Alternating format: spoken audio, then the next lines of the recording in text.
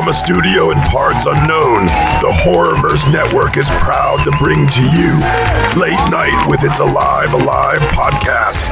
Here are your hosts, the ghoulishly glamorous Aimee Rose and the Doctor of Absolutely Nothing, Dr. H.R. Smokenstein, THC.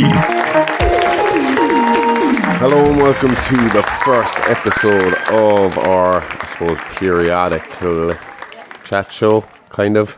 It was supposed to be an interview. It turned out to be more of a chat. It's a late night with It's Alive, and our first guests are a paranormal investigation team called Puca Vogue Ireland. So what started out as an interview turned into a drunken chat about spirituality, the paranormal, and all sorts of crazy investigations these three have had. So, sit back, relax, and listen. This is a bonus episode. We won't be doing this all the time. We'll do it every now and again. But, I don't know. If this one gets traction, if people like it, we might do it again soon. We're definitely going to have these people back again because it was a fun chat, and we hope you enjoy it. So sit back, relax, and listen to us get drunk and talk about ghosts and gods and everything in between.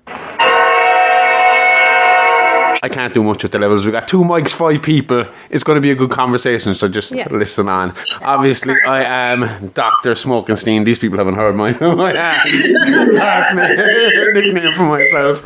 Dr. HR Smokenstein, THC, along with my co-host, Aimee Rose. And today we got the people from Puca Vogue with us. We got PJ, we got Leo, and sorry, Eva, isn't it? Eva. It's alright.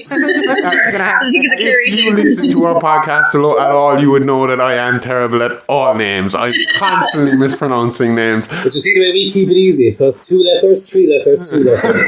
2 letters. So I think the best way here is this is a bonus episode for our listeners. This is just going to be a casual chat, which means you will hear us smoking, you will hear us drinking, you will hear us stopping recording to go refill our drinks. We're just going to talk about ghosts, paranormal, and all that kind of crazy shit. Because I was actually afraid when I said it to you at work one day, because I work with Leo, and when I said it to Leo one day, I was trying to describe my podcast, and I was like, because you looked a little worried. When do I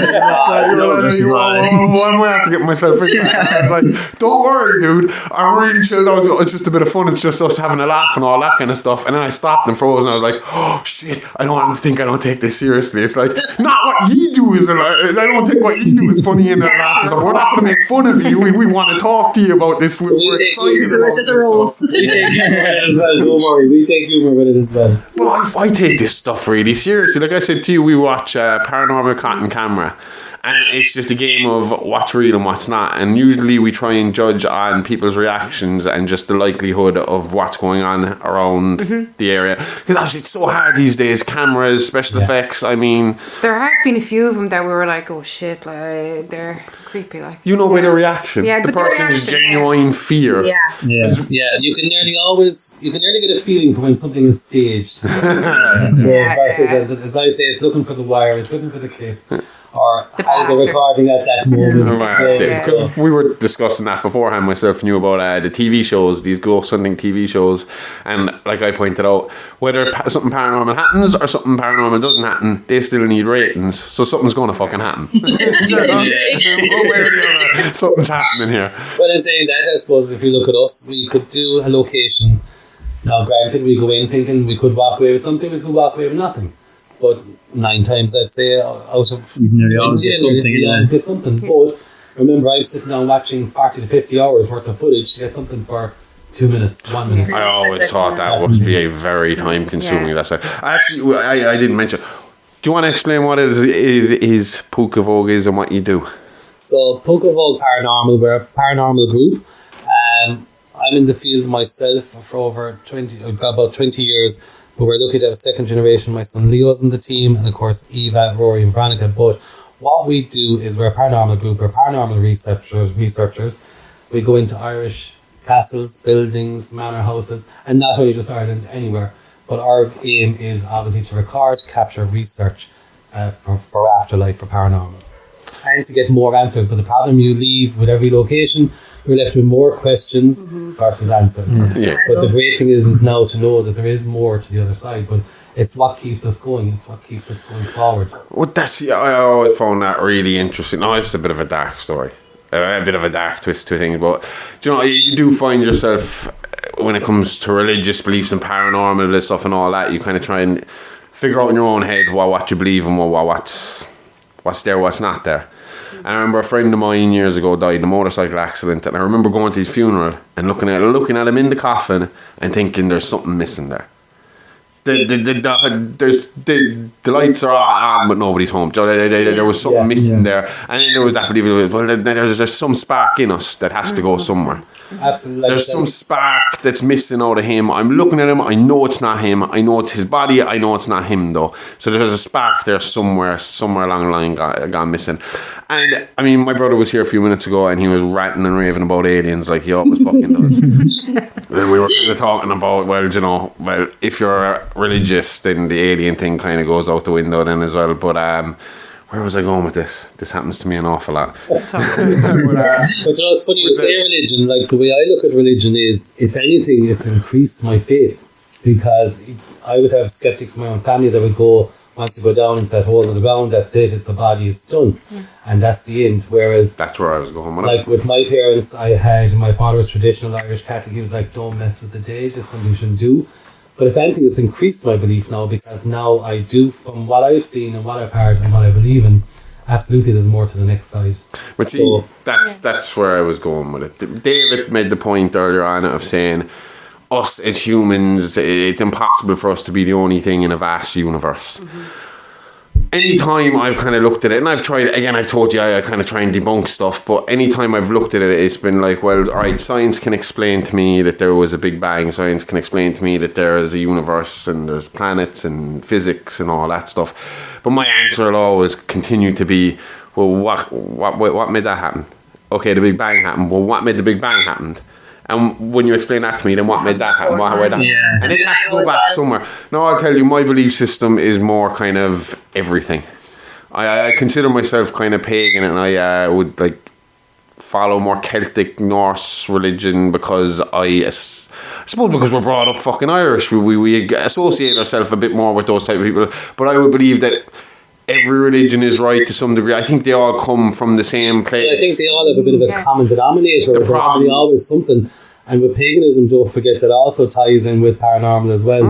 Like, there's everything that's so similar, but it's just people put different labels, and I think the labels are the problem, not the practice. Well, that's what I was going to say. My problem with modern day or organised religion, as they say, is it's man-made and it's money-fueled. Do you know, that's it.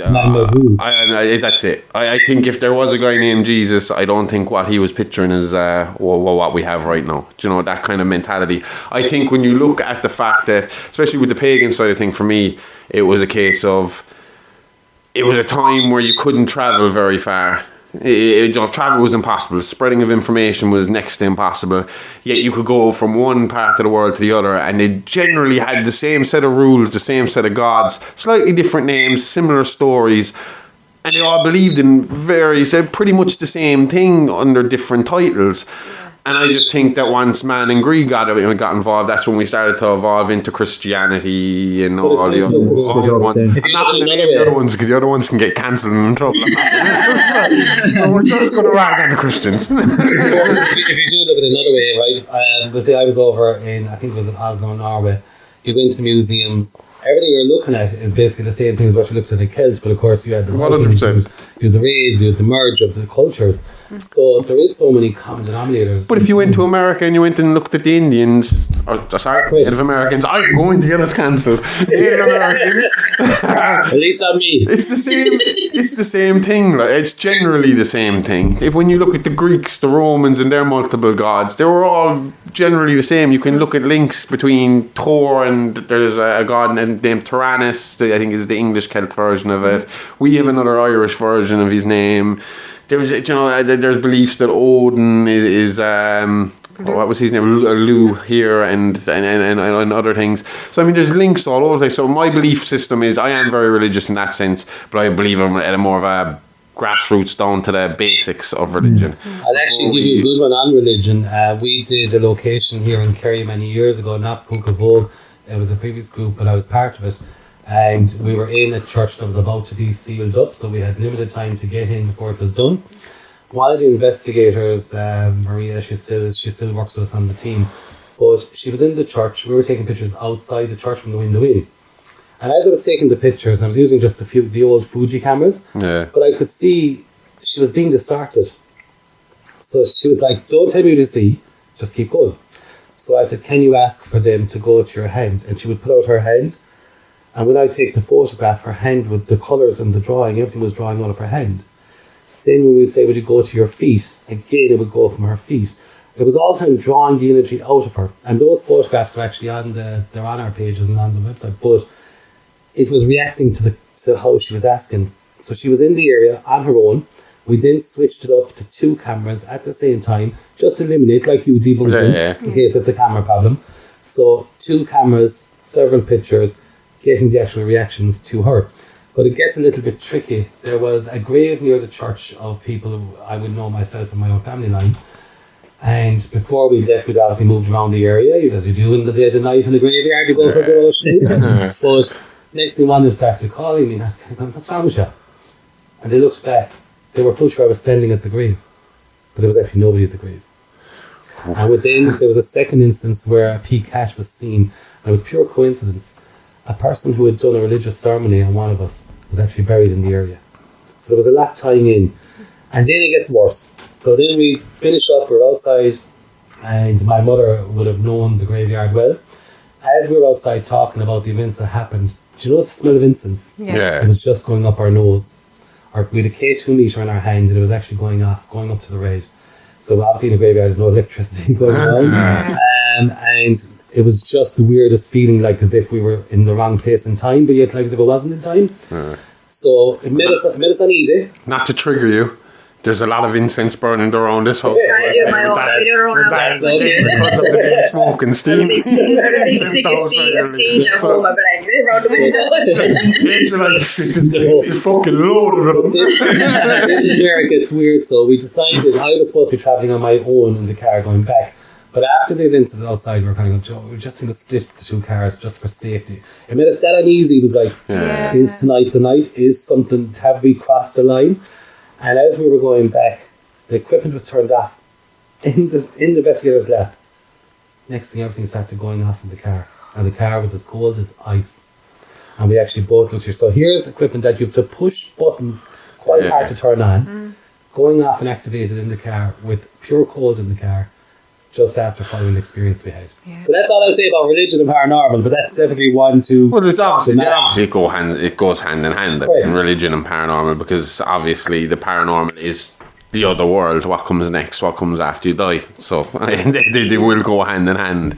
But I suppose especially since we investigated Castle a lot with the church in it. But that's it. Actually, what is it that got you into this in the first place? What got you started? So, funny enough, and I often say this to everyone generally has something inside them that actually starts to spark even into other elements, be it, we'll say, somebody going down God or whatever the label you put on it. There's usually something within you, but you've forgotten, you were young, comes back later in life. So for me, long story short, when I was about 15, 16, I'd say that age bracket, a relative had passed, and of course I was staying in his house, and my friend was like, I'm barely staying here. So 2 separate people, 2 separate minds are in the room. Now I was bold enough to actually get in his bed. Anti-personation, like good sleep. So all I can say to you is, exactly the same time, 2 separate people, one on the ground and one on the bed, wake up. A 2-story house where the window's on a street with windows. And we both see a jelly-shaped person run across the bottom of the room.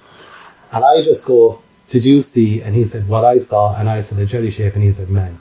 So 2 separate minds, 2 separate people had just seen the same thing. So I would have said alien there. And I forgot about it for a long time. No, I wasn't no alien. So anyway, I'm alien myself. I forgot about it for a long time. And then one day, I just happened to open an ad in a paper going, a paranormal investigation. I was like, jeez, it just brought it back. Went on it, and that was it. I haven't stopped since. That's awesome. And then Puca Vogue itself, then, so as I say, like life changes, people change. Yeah. And it was coming into lockdown. So I had made the decision to keep going forward and keep going side to side. My mother actually made the decision for me.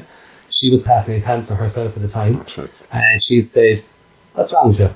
set up your own and get back out and do it now so I'll see it before I die. So she never guilt tripped me into it. Yeah, I was laughing. Yeah. She was like, I want to see it before I die. And like obviously the woman was on borrowed time as it was, to be fair.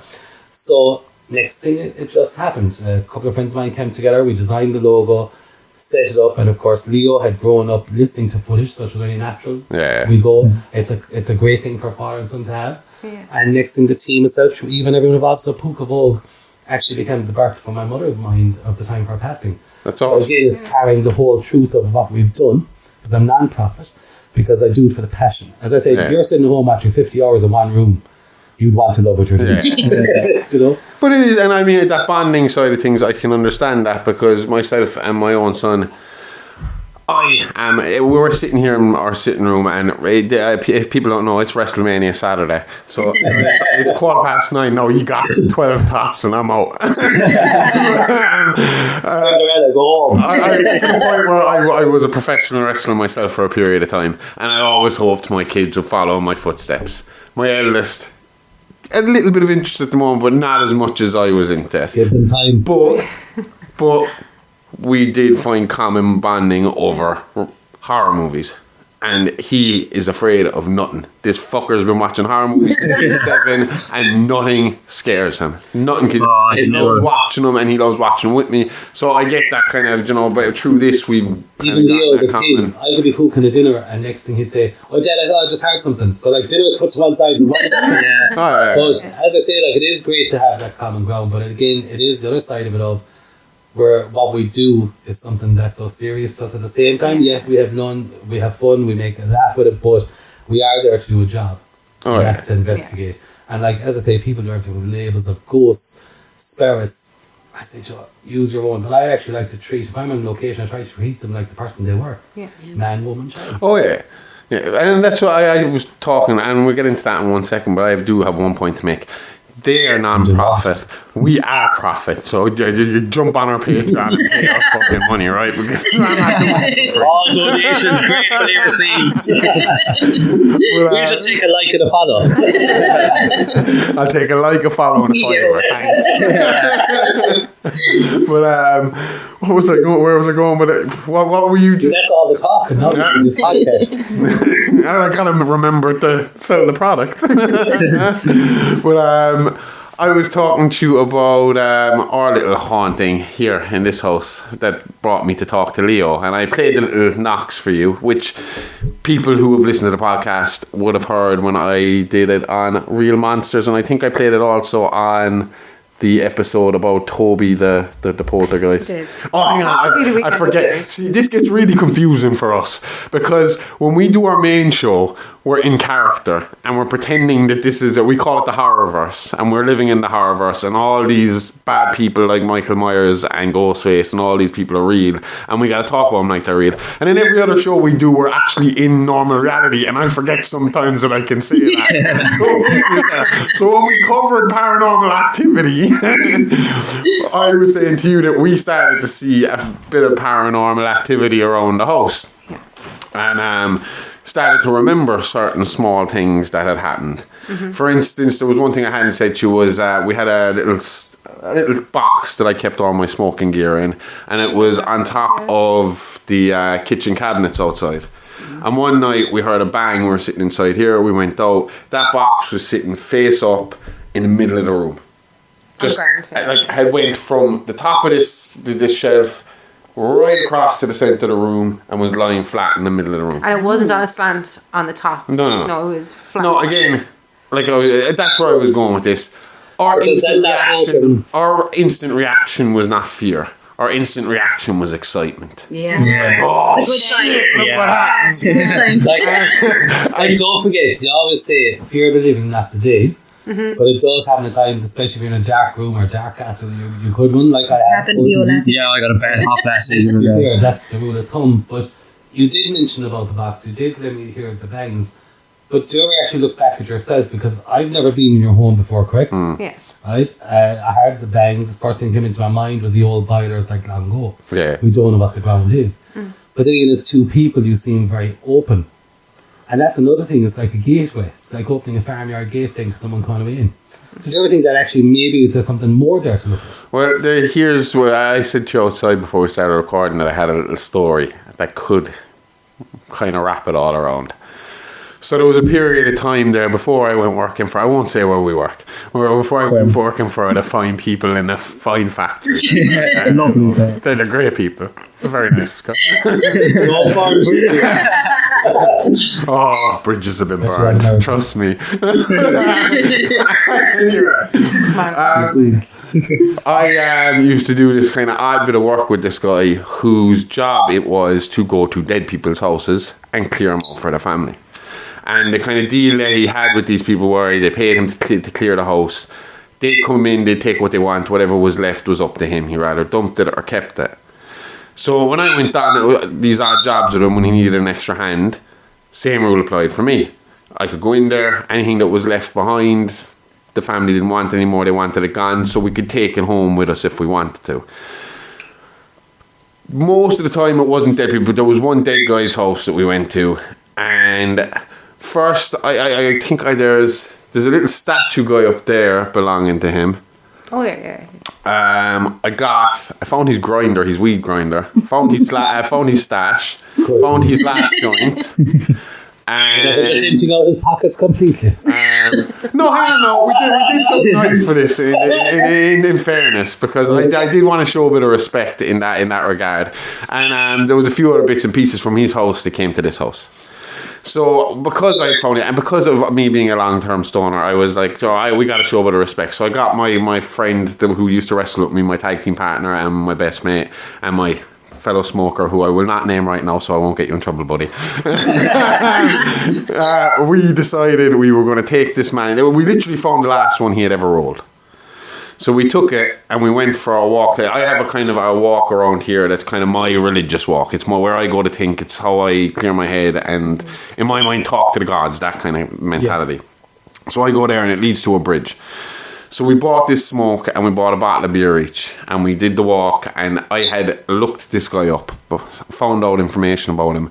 And as we walked down the road, I told my buddy about this guy. Told him about his history. He had been in the army. He had been a tattoo artist. He couldn't get into the Irish army because he had a hearing problem, so he had went over abroad and he had joined an army over there. And I told him all about the story of this guy. We got to the bridge. We opened the bottle. We toasted the man, and then we lit up his last smoke and we shared it. So I thought it was a nice kind of tribute to him, and especially since I have some of his stuff in his house, if he's going to haunt me, it was a nice way to do it. I reckon he was probably delighted to see his smoke. That's the other side of it as well. I was like, if we're haunted, he obviously isn't angry with us because he isn't banging and cracking stuff. And if he was a smoker and you're going to have to haunt somebody's house, you picked the right one. He's probably happy here. He's probably sitting in that chair right now just saying, just spark it up again so I can get that smell. And don't forget, their residual, they often do what they did the most or they loved. The man is probably still there having one himself. But you know, I mean, I think that proves even to myself that I obviously believe in this stuff to a degree as well, because it wasn't the smell of smoke, right? You're all about smoke and smoking. Yes. Think about the smell of smoke. Right? It's like me in a location, right? If we're in a location, of course, you're going by the rules of that location. And 99% of Ireland, there's no smoking in any public building, correct? Now, you're doing a location and all of a sudden you could smell the old pipe where they burn tobacco. Yeah. You could smell a cigarette. And don't forget, like we'll say, there's an elemental in Lepcastle where you could get a smell of rotting flesh. So don't forget, smell is another sense. Yeah. So put your cigarettes, even the ones I didn't even think about that. So if you're sitting there, you haven't had one, the room is cleared, and next time sudden you're getting that smell like someone's smoking in the area. So don't forget, there's so many elements to paranormal activity or whatever, ghost hunting, name you and put in it, but don't forget, that's another element. You have to strip yourself back when you're doing paranormal to let the place breathe around you. You really have to pay attention to your surroundings. So that's why it's best to lights off, sit there, take your time, let it, because that's when all of a sudden you jeez, I'm smoking. I get a lot of perfume. Yeah, like perfume, and ladies would be associated with that, but don't forget, it's like, I remember being in Lepcastle, in one section of the castle that's a lot of times off limits. It's a very small area, and I had people in there. We did an EVP session, and we even said on camera, oh, the smell, you get the smell, and it was like rotting flesh. And next thing we got an EVP voice right back on the recording at the time. So like smell is another sense of paranormal because, okay, it's like everything. People want to see with their eyes. Yeah. But when you're doing an experience, a lot of EVP you don't hear to the natural ear. Yeah. Sometimes you will, sometimes you won't. And that's why I say in any investigation, we can't say for sure anything until we watch the cameras. Just for, again, an element of debunking, but also confirming. And smell would be one. Like, that would be one that you have to watch for as well. Because remember, if that is, we'll say, Uncle Mick sitting in his chair, having his pipe, burning it away, that could be a residual. Yeah. I have a question. So, Because this confuses me as well. Because like I told you earlier, what time's the bar closed? open all night, man. Sleepover. I'm half watching WrestleMania while we talk. But when The Rock comes out, I'm sold. I mean, I'm a 90s kid. He's wrestling for the first time in 10 years. I will be watching it. Despite that I released a podcast yesterday calling him the Antichrist. I said if anyone was most likely to be the Antichrist, we just watched The Omen. I said if anyone was most likely. Okay? Everybody loves him and they're pushing for him to be president. Mine was William H. Macy, but apparently not. Not famous enough. See, now I've lost my train of thought again. Fucking hell. Oh yeah. So I got a bunch of these apps, especially the one I kept seeing on Paranormal Activity, Paranormal Cotton Camera, and that was that Necrophonics. Yeah. How do these things work? Because I said I had two of them, because I played the one with the knocks on it, and I realised the one with the knocks on it was a case of I was recording and I could ask the question, I wasn't going to get the answer until I listened to the recording afterwards, is kind of the feeling I got off of that one. Because that was when I had kind of recorded, been talking and asking questions, nothing happened, and then later we got the three knocks. You see, a lot of these apps, and I won't discredit every one of them, because that would be wrong on me, because I'm not a scientist, I can't say what's right, what's wrong, but don't think I haven't downloaded them. Don't think I haven't tested and tried some. I suppose my biggest fear is a lot of preset maybe with words and so forth. But I actually kind of go old school. I go, do you know what, right, so if you have your phone, you put it in airplane mode. Number one, then you're not interfering with any equipment if you're using any, right? Two, you have a dictaphone, you have voice memo. That's going to record you straight away. Like, for example, batteries can be often our enemy. Like, I was going to ask that when you were talking about the machines turning on. Did you have the problem with the batteries going in? Because I heard people's energy and your phones and cameras and batteries. Sometimes we're on location. If you feel there's someone struggling, we would often say, use our energy, take the energy for the cameras, take whatever you need, invite you in, use whatever you need to come forward. Because you're only getting that one time. But I'll put it this way, battery-wise, even our last investigation of Redwood Castle, new batteries just kept boom. Why setting up like just gone. Like in the middle of an investigation, dictaphone, which would be, we'll say, too small, AAAs, whatever they call them, gone. So I then went, hang on, okay, bring out the phone, it's on airplane mode, so I know it's going to appear the equipment used as a dictaphone. So for me, I'm old school, because if you're turning on that dictaphone and you say, is there anyone in the room? And the rule of thumb in Spiritland is, or Ghostland is, you have a 15-second gap. Because not everything is as instant as me and you are chatting here tonight. Mm-hmm.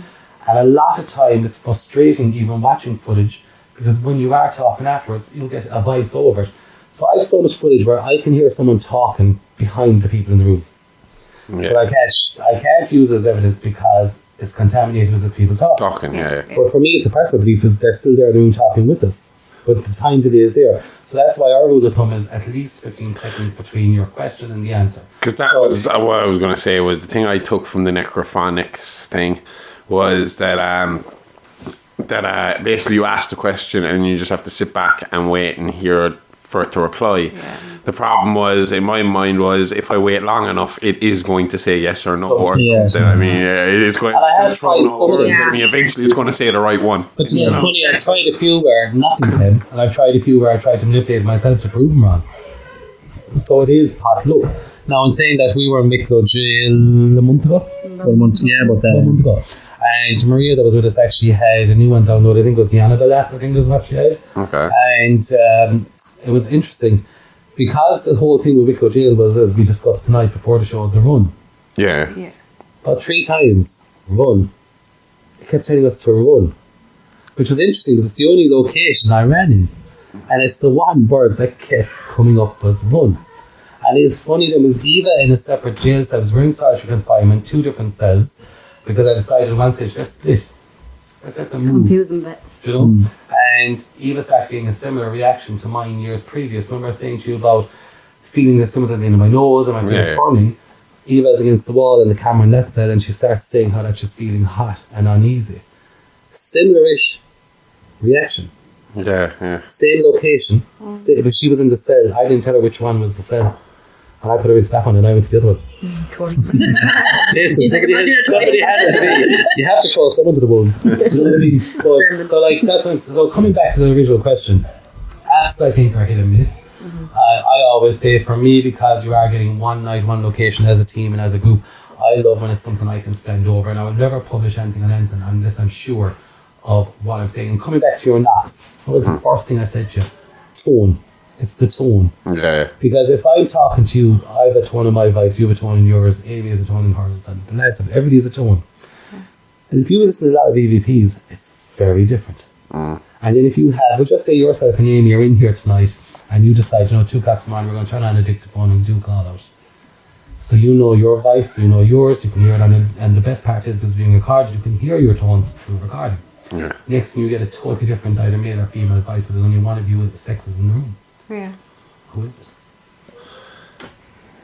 Yeah. That's deep shit. Let's call it another drink. We were talking as well earlier on. Does everybody get a drink? Do you want to get a drink? Yeah, we'll take a quick break.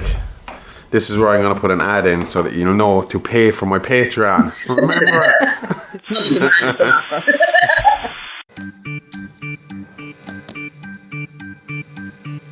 Patreon is alive, alive, live, alive, live, alive. Patreon is alive, alive, horror podcast. Patreon is alive, alive, live, alive, live, alive. Patreon is alive, alive, horror podcast. Hey kids, can't get enough of that blood, guts and gore? Then head on over to our Patreon, where for just $5 a month you'll get exclusive access to our true crime show Real Monsters and horrific history tales from Playing with Bones with Aimee Rose, along with early access to our minisodes and ad-free access to everything else. All this and loads more horror-tastic extras from the Horrorverse. So what are you waiting for? Permission? Go nick your parents' card today and subscribe now at patreon.com/It's Alive Alive Pod. Remember, that's It's Alive Alive Podcast, the really, really fake true crime horror podcast. It's Alive Alive, all the guts and gore with none of the guilt.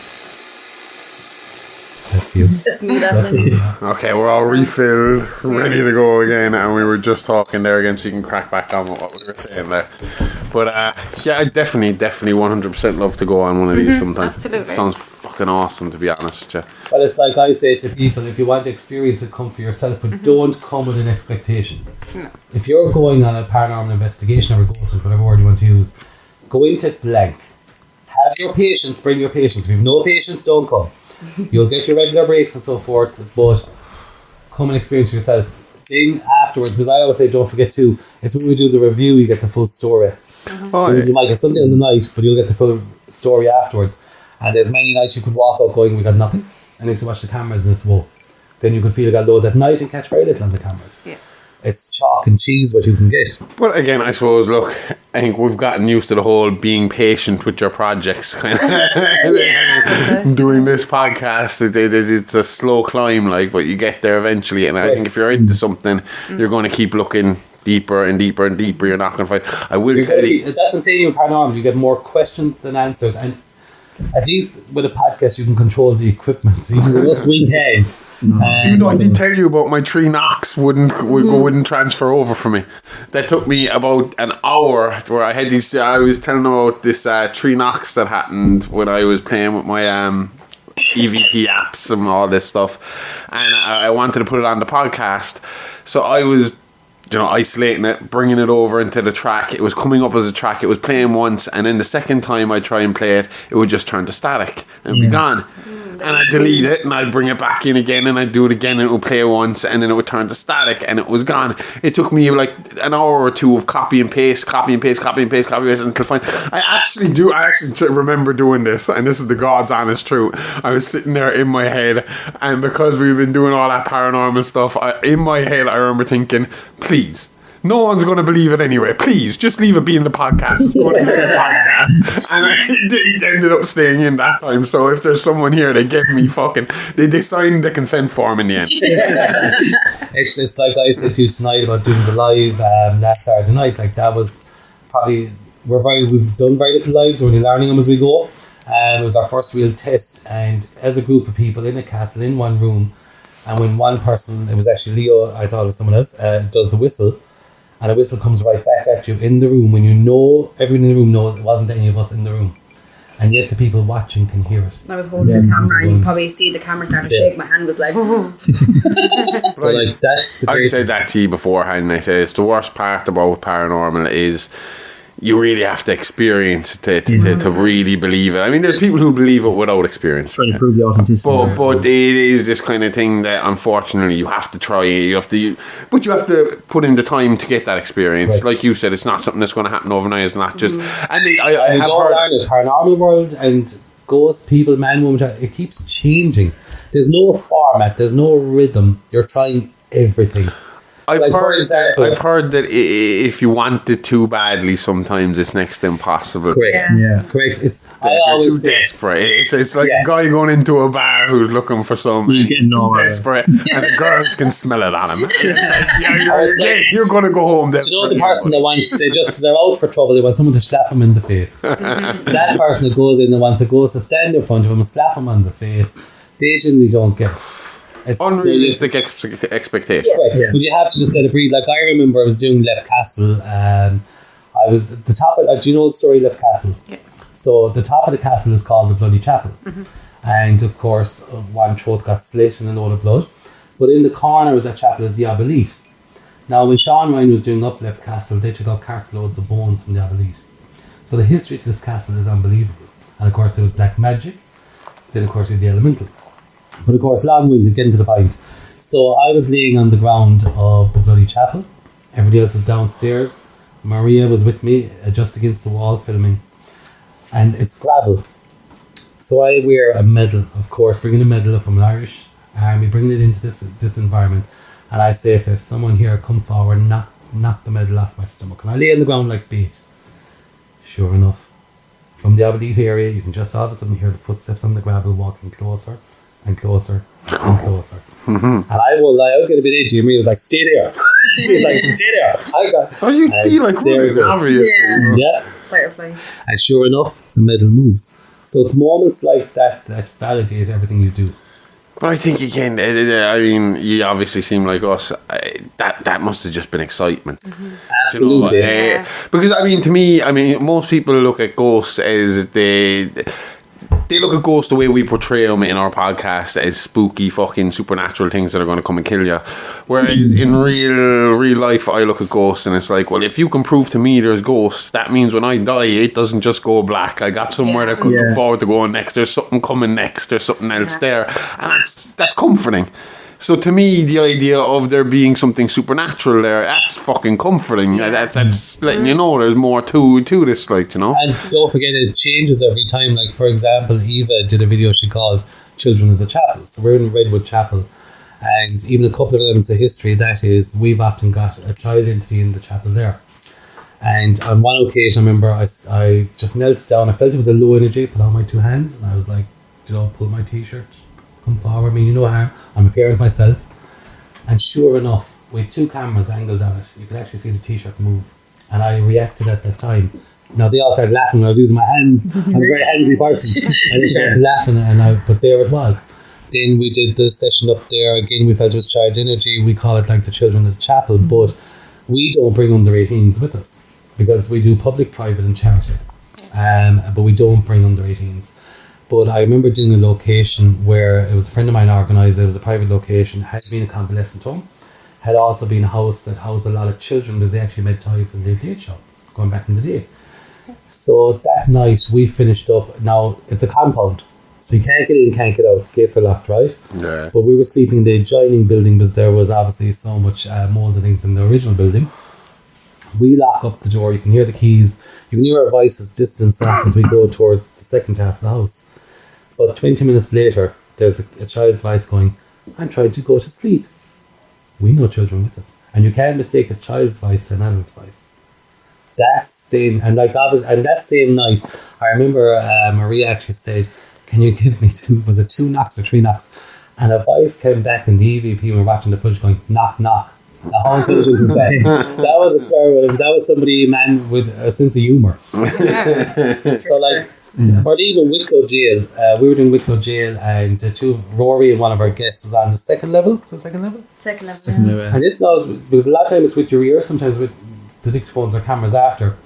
He's walking along down, and he never said it on the night, but watching back the footage, I was like, what's wrong with him? There was like a screech, like a scream, and he actually stops and looks back fast at it, directly at the camera. And everyone else was walking like they didn't hear it. But it was so loud on the camera, so And he was the last. And he was the only one that heard He was it. the last one in line, so he would have been the closest to the camera, but it was still very He was a far good away. distance down in the jail cells. He'd gone past a few of the jail cells, and the clip is actually up there, and he just turns back fast. Like Lord. So he heard it with his own ears, but again, it was there. But it was great to capture the I moment. saw this clip on. This is up on Instagram, is it? Yeah. Yeah, I saw this. Yeah. And like it's his look on his face, I think, more so than anything. See the light. I think, again, we've said when you see people's natural reactions, Correct. that sells it you a little better than anything else. And the else it's like that clip I was talking about earlier, Rebecca McRedmond, the singer from Galway. Like, we brought her because music, of course, is a good energy. Music is a good draw. That's so my brother Rebecca David would entering be... the room. we Dave, do- all that's left is the dunce's chair, so you can sit there, okay? No, our tattoo guy is sitting there. Oh, yeah, you're sitting on the ghost, man. You're sitting on the ghost. I'm only here for the Sorry, we interrupted you. No, you're right. I was saying, like, we're all about energy. So Rebecca is a musician in Galway, Rebecca McRedmond. She's part of our, what we call Puca family. Because when you have people who say in passion, you do become a family with these things you do. And Rebecca has come with us twice, but she plays in the chapel. She might play Grace, she might play down the hall. So you're building all the time. And it was actually Rebecca that was in that clip that felt her dress had been tugged and it was pulled at the front.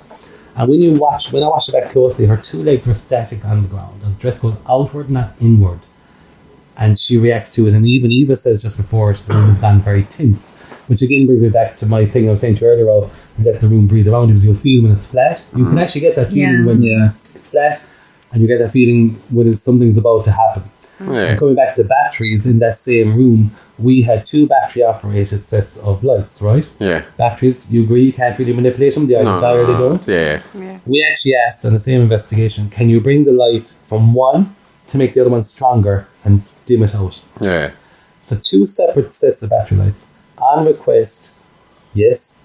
Is this up on your Instagram? I can check That this one, I don't think It's so. on the cameras, but I don't even. Yeah, I don't think we share that one because the lighting. But it was a great personal experience for us to see it happen in front of us and with those guests at the time. I'd love to see that. That's awesome. You can't No. manipulate Like the fairy battery. lights. There was And then if it was dead, it wouldn't come back on. So we'd say, can you make this one go strong again and back up and go strong again? Boats So, backing over then. That's and it was actually answered. pulsating for me that what got me. And I do say, like, we don't expect to be performing monkeys. Yeah. This is a man, woman, child, a father, sister, brother. This is a person. Yeah. And the one thing is, people might often say, why do you keep going back to Redwood? Redwood seems to be the one place you keep going. It's like going home. And what happens when you go home? You meet your family members, you talk, you laugh. What happens? The more you get to know, you get more comfortable. What happens The more, you get yeah. comfortable, the more it comes on. Yeah. And that's a way. But even a clever one I only shared this week was, I did a private location with a former investigator I know that I'm great friends with. Her name is Dee. And the two of us are in a room in this freezing castle in the dead of winter. They invited us in, we got the location. And as we're talking, and you guys have seen the clip as well if I posted it, I'm the only male in the room. Yet there's a male that goes, Dee, totally different tone of voice, but actually called her by name. So how intelligent was that? That brings me kind of around to a question I have. Dudes that keep talking. And you know what? Your stories are fucking brilliant, so I keep leaving them run on. But it keeps coming into my head, and I keep meaning to ask it. And you brought me into like a nice little transition into it, like about 3 times now. Before I could get in there, I got a new story. I was like, no, I like this story too. Let him tell it. But you were talking about like the energy and the passing of energy with the electricity, with the lights, and with people. And you were saying that at times you could talk, you will say to the spirit or whatever, use my energy. Right. Obviously, being horror fucking nuts and buffs, we have been brought up to learn that there are bad ghosts as well as good ghosts. How do you know which ones to let in and which ones not to? How do you know it's safe to say, use my energy? You don't, but the one thing we do before we go on any location, either on the way or entering the building, what I actually do is, in the paranormal world, Dark Angel Michael would be our big one, which is very interesting because St. Michael's Well is very close to where your house is. It's somewhere I've visited myself quite a lot because of the connection with paranormal. But we would call an Archangel Michael to surround us, protect us for the night. That obviously we want everything to come in, but we don't want anything to come home or latch on. You can never, you can never say what can happen. Like, I would often use the words of, I invite you in. So I am gambling a little bit, but I have to gamble for the research, and that's something I'm willing to take. Does it mean sometimes I'm aware of it and something could happen? Absolutely. Does it mean that I feel I might have crossed the line? Sometimes I respectfully try not to. Has anything ever come home with you? Yes. Well, I suppose a few. Every year. Well, I suppose the house we're in anyway, of course, like Leo's living in my previous home, and that's a house that, funny enough, I've had many people to, and they say there's a crossing of water, and crossing of water usually again builds. So on wet nights you can often have activity there, but I've had people say through the years, I've had one girl wake up in a bunk bed saying it was raining on top of her, but it's a bunk bed over her, it can't be raining on top of her, yet she was wet. There's a black shadow often seen in the hallway, but if you were to actually look, if you were to look in the hallway, the original hallway was the front door. I never took away the frame. Do you remember the green glass over an original wooden door long ago? Yeah. That's still in the hallway. It's on the quirky person. So I never removed it. Yeah. So I left the original frame and green glass there, and that's where the black shadow was seen. But as I says, that's, think again, somebody coming in and out their home that they love all those years, that could be that person. So much so that a friend of mine would call, she would bring a book. She's like, I can't see that door, I can't look out that door. Because we've even had the shadow stand and just stare in.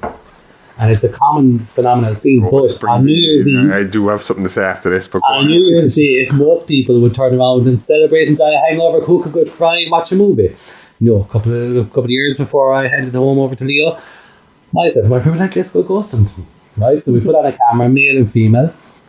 I think the clip is on somewhere of them. But so again, we're talking. She's actually puffing on a fag as I'm calling out, and I'm kind of getting frustrated. The K2 is going off, or we're not getting the right answers, and I kind of go, okay, do you not want to give your name? Next thing, I just start finishing, and over my voice it starts, okay, Francis. And I cut the clip. I was so delighted to get the clip, but I made a one-on-one mistake. I never left it run to the end. And then a couple of years later, sometimes you go back to footage when technology changes. Yeah. Went back and looked at it, and when I pressed play after the Francis was Leo. My own child's name was called in that room when he was only a kid. Crazy. But I missed that myself because I made the big error. You know what I mean? But yeah, so look, all I can say is, again, it's coming down to the energy of places and people. There's no rhythm, there's no science. Have you had any bad experiences with probably my bad one was Wicklow Jail. My two bad ones have been a private house in Dublin and Wicklow Jail. Wicklow Jail, just for the simple reason of, I normally don't really believe in possessions and so forth. Yes, of course I'm interested. Who isn't? I like a horror as much as the next person. Do you know what I mean? But I remember, as I said to you, in Wicklow Jail, I was standing in the jail cell of solitary confinement. Somebody was literally nose to nose, and I knew they were nose to nose, but yet you know you can't physically see them. But in my mind, I could see them nose to nose. The only way to explain to you is that his face, he just put his face in through my head. So I took off and I ran, and as I said, for a fat man, I don't run very much, but I ran. We watched back the footage of, did I scrape off a wall? Did I move? Did I do something? Nothing.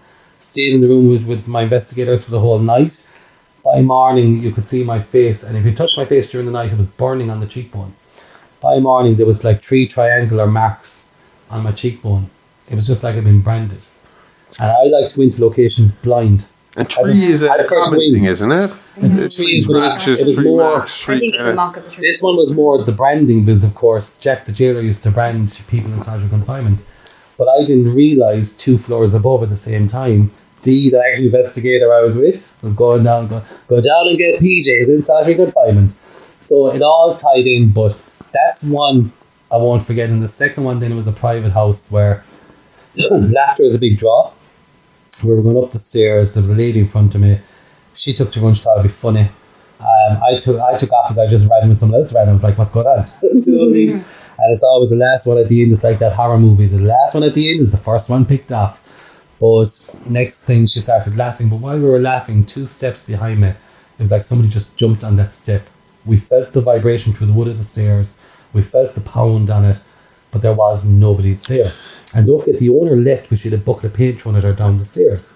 She won't live there. But when we watched back the footage in that same area, was the camera was facing, as I say, the stairs and down to the Georgine house under the street, and clear as day you can hear, help me. And it's there, clear as day, nobody down there, uncontaminated, nobody in the area. It's a weird contradiction, or a question I have to ask, but obviously, like, help me, someone's, when you talk about ghosts, there's unresolved issues and all this stuff and all this kind of idea, but you're saying that laughter brings on activity. Correct. So, I mean, again, through horror movies, we have been taught that ghosts usually turn up at the sad places where people are at their lowest or the worst, or terrible shit, the shit has happened at that place. Which is right. Is it a case of bad things happen somewhere so the ghosts live there, or can a really happy family bring on a haunting because of the amount of laughter and happiness in that house? You see, don't forget, in your last couple of words you said in that house, right? So you have residual, which could be stuck to the house. Somebody think of a parallel world to us. They're going about their daily business, still doing the same things they did when they lived. They don't realise they're even dead, right? So that's residual. Then you have intelligent, like where the name is called a D, or the 2 knocks for the ghost as numerous. So you have different types, right? Now, as you were saying, drawing something bad on or so forth, it's all beginning and ending with what you're doing in that space at the time and how open you are as well to receiving information. That's the other thing. Like, not everything is good, not everything is bad. I suppose I'm putting it in a box here of one way or the other. I suppose even in life you've got good and bad stuff happening. And then, as I say, just think about that horror movie. You were saying that the laughter was bringing on energy. That kind of in my head brought on was, would a happy home then bring on some sort of paranormal activity? Yes, I suppose in that obviously question, it's more of a broader answer of different energies, different things. But in your question, though, you're quite right in one way. A happy energy can certainly help build paranormal experiences. But the experiences then could be either somebody tied to a person, place, or just random. So don't forget, yes, it could be an opening. And don't forget, even children in a home, because children are so innocent, they don't realise what they're even seeing. They don't realise somebody's even passed over. Yeah. So there's no set. Like, for example, Duckett's Grove. You were coming up to the yard of Duckett's Grove. We were very lucky. Carlow County Council gave it to us just before they closed off the investigations. And I remember Leo was walking up the yard of Duckett's Grove, and he actually hears the sound and the EVP backed him. And he stops dead in his tracks. Why did you remember that?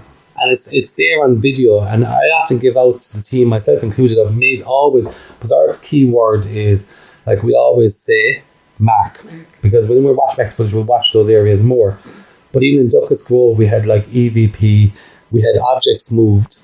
We had lights turning on. So, do you know, like you touch a light to get it to light? Yeah. We did a session on part of the original part of the building, but yet it was now rebuilt with a cafe underneath.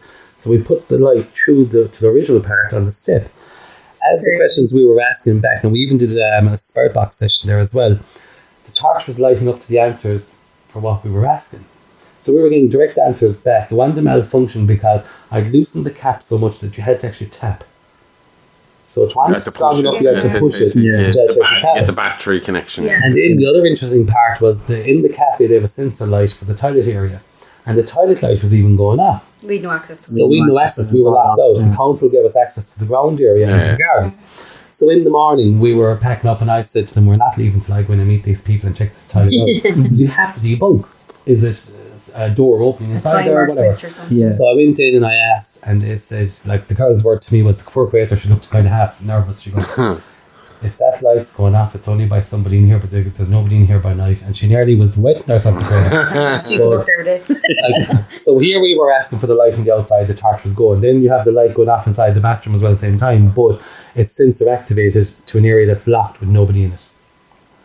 Crazy. So it's coincidence or more, you don't know, but tying the whole night in of you're capturing your EVP. Which actually reminds me again about our UTC. This happens to me as well as we go along. I remember stuff about our own haunting. I use air quotations, I say haunting, because again I will point out we were covering paranormal activity. We were fucking, everything was paranormal to us for that 2 weeks.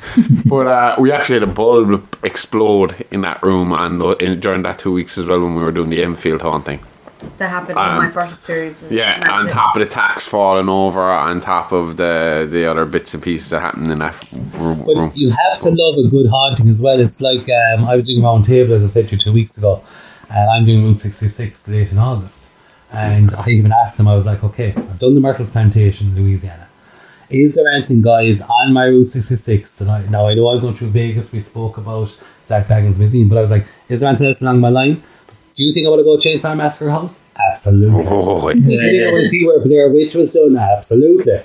So don't think I don't want these places as well. Am I we often joke, there's Maria is a bit epileptic. I remember one time in Lep we were using UV light that flashes. yeah. So she had to face the corner. And I burst laughing, but all I could think of is this is like Blair Witch. The last scene where the person's standing in the corner. So every time I see Lep now in that corner, I always think of Maria just standing there. As we say, sometimes as investigators, you are just thrown as the object yourself. You are the trigger object, you know? Yeah. Because you don't offer yourself much to offer us then. Take them. Just something that always got to me.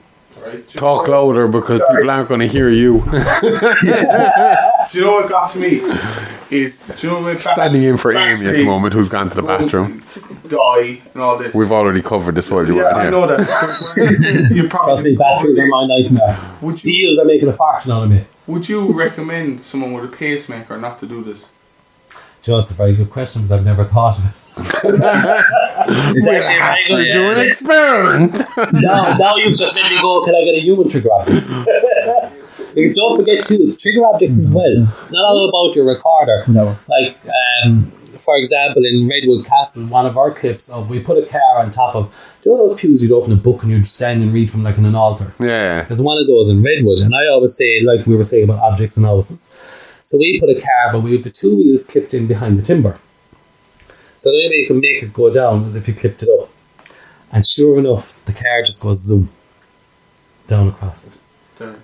It's only ever happened once. We captured it that night. It's never. We've tried it every time since. Yeah. Keep replicating it. Every time since. No go. It's funny, we were like two stories when they came in. You were talking. I can remember what you were talking about the last place we were in, and I think you were talking about the dice. Was it dice or something that moved? Oh, yeah, in Duckett's Grove. Yeah. Duckett's Grove. Yeah. This is actually. We were talking about numbers earlier on. The dices we use in Duckett's Grove, we actually. Oh, yeah. Jamie's replacement has now been moved 666. away back to the Dunce's chair, and Amy is back in her place. So it's actually, so you say the dices, I suppose that's one thing we didn't really own up to. So as I said, trigger objects. When I look at trigger objects, yes, you can use the person as well, but a trigger object should be light enough because it takes so much energy to move it. Think about energy and the person, right? So if you've got something that's going to be a stone in weight, unless they're really charged, they're not going to move it. So everything is generally, would say, light. But in that sequence in Duckett's Grove, we actually did use 3 dices. And I purposely laid them, which I shouldn't, to be fair, is with the 3 6s. Yeah. And of course the dices did go over. But that was me being wrong. But And he has that in the That's not video, wrong. like, It's I'm ballsy. but you have that in video, like, of the dice moving by themselves and all that. Yeah. Well, yeah, but I'd go 666 as well. It's like an Hangman or do you know what I mean? It's like all these things. You're going to kind of Oh, of course you are. Well, I mean, it's funny you point out. I never really thought about it until we started. I don't know if you've watched the sitcom Ghosts. It's My mother's love that show. There's a British and an American version of it. It's pretty funny, but one of the ghosts, each ghost has a special power, and one of the ghosts, he's from the 80s, a politician from the 80s. And his power is that he can move stuff, but it's the amount of like episodes revolve around this man being able to type one sentence on a keyboard to, you know, tell the person he's talking to that they can't see him. So like, you know, all this energy to just type one letter that he has to put in as a ghost to make something move. And ghosts. Most people expect, like, when they think of ghost moving stuff, they think like The Exorcist and books flying around the fucking room and the furniture turning upside down and stuff like that. When in reality, you're really looking for them really finer details, the really tiny little fucking things. It's a combination. It's like, for example, coming back to the jail cells in Wicklow Jail, right? So my summary on one side, and you can see a light anomaly coming across the door. Now, people say the word orbs, but you're so careful of dust, so forth. Because I will tell you right now, I am very, like I said, I'm open to everything. But every time I watch Paranormal Cotton Camera and an orbs video comes up, I'm out. I'll be scared that's dust. I'm done. But it's not always dust, especially as zoom in, you might even see colour. So you have to watch it, not all dust. And it's funny because the room, I feel, is actually just taking a change in the last 15 minutes, but it's the wind down your chimney or whatever. I will say that. Could be Aimee coming back in. Could be Aimee. I think there's actually, I've invited these two to come in an investigation because I actually have a funny feeling that there could be something more to come from these couple. But anyway, you have a shade long enough, you keep going laptop in the pub. You taught me that you looked into pubs. You looked into pubs. That's what I was doing. But I will say that, going back to the yard, we were in Wicklow Jail, I didn't say, it was Maria on the second cell. And it's interesting, a light anomaly comes across the door. At the same time, I instantly, just as it comes over to the frame towards myself, I actually go, I'm absolutely freezing. And Marie goes, I've just been touched on my head. So then you take that sequence of events. So there's your light anomaly coming over the door and in. Next person goes, I'm absolutely freezing all of a sudden. And the third person goes, I've just been touched on my head. And before that, we had actually captured the voice Billy. Because there's a person that was in the jail cell known as Billy. Yeah. And I brought this up actually at the round table 2 weeks ago. Two separate paranormal investigators both captured an EVP, Billy. So that now means there's 3 different sets of paranormal investigators all captured the same EVP of the same name in the same location. Is that a coincidence? You tell me. Oh, obviously, yeah, that's whatever. I would like to jump in and say, it's your podcast, you want to. when a video of the orbs comes on the TV, I'm like, that's just dust. Now, if I'm sitting in a room and a glowing orb floats into the room, I'm not going to say, oh shit, there's some dust. I'm going to believe that might be paranormal. Okay, right, yeah, the orb shit was real. I'm just saying, from what I have experienced so far, which is just YouTube and videos. Don't forget, if it's a YouTube video, people are moving. People, when they move, are going to create dust. Mm-hmm. Then if you've got a sequence of dust flowing around, that's not a million orbs. That is the dust in the air. It's a dusty room. But you have to be clever. You have to dissect it, debunk it, as we were saying earlier. The one I have, the big one I have to ask about. She just said I am. And my biggest fear when it comes to paranormal, I'm all for, like I said, I get excited at the idea of going on paranormal investigations. I get excited. Yeah, shadow people. Yeah. Shadow people. Have you seen shadow people? And if you have, I'm done. I'm finished. I have actually. Yeah. Unfortunately, I don't know. Those fuckers freak the shit out of me. When you say shadow people, I suppose it's defining what you mean, because those solid black people that peek around the door and then just go missing. Those ones. We had I will say though, like, even we have had the shadows, and you see the shadows. Mm-hmm. But I remember in one investigation, everybody was in the centre of the room. So picture everybody together, right? Everybody's holding hands, blindfolded. Each person's foot touching the next. So So that now means if you're holding hands and your feet are touching, nobody can break the circle to manipulate the room. Because you're blindfolded, you can't say you've seen something to make somebody else feel they have.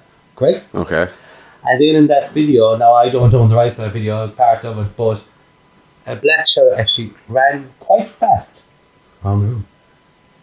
So if you have everybody in the circle, blindfolded, the camera's static on a tripod, and nobody in that circle has moved, who ran around the room?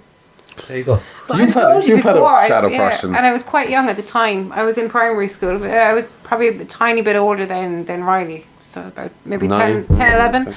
But we used to go Irish He's still older dancing. than you, Aimee. Sorry? He's still older than you. No, you're just talking about a child. But That'd be some paranormal shit if she was older. But the community centre beside our primary school, we used to go Irish dancing in there after school, and the community centre be quite like, there's very large generation gaps in my dad's side of the family. So my granddad would have been born 1903, and he would have went to school in this community centre. So that's how old, like, so it's old enough for an Irish centre.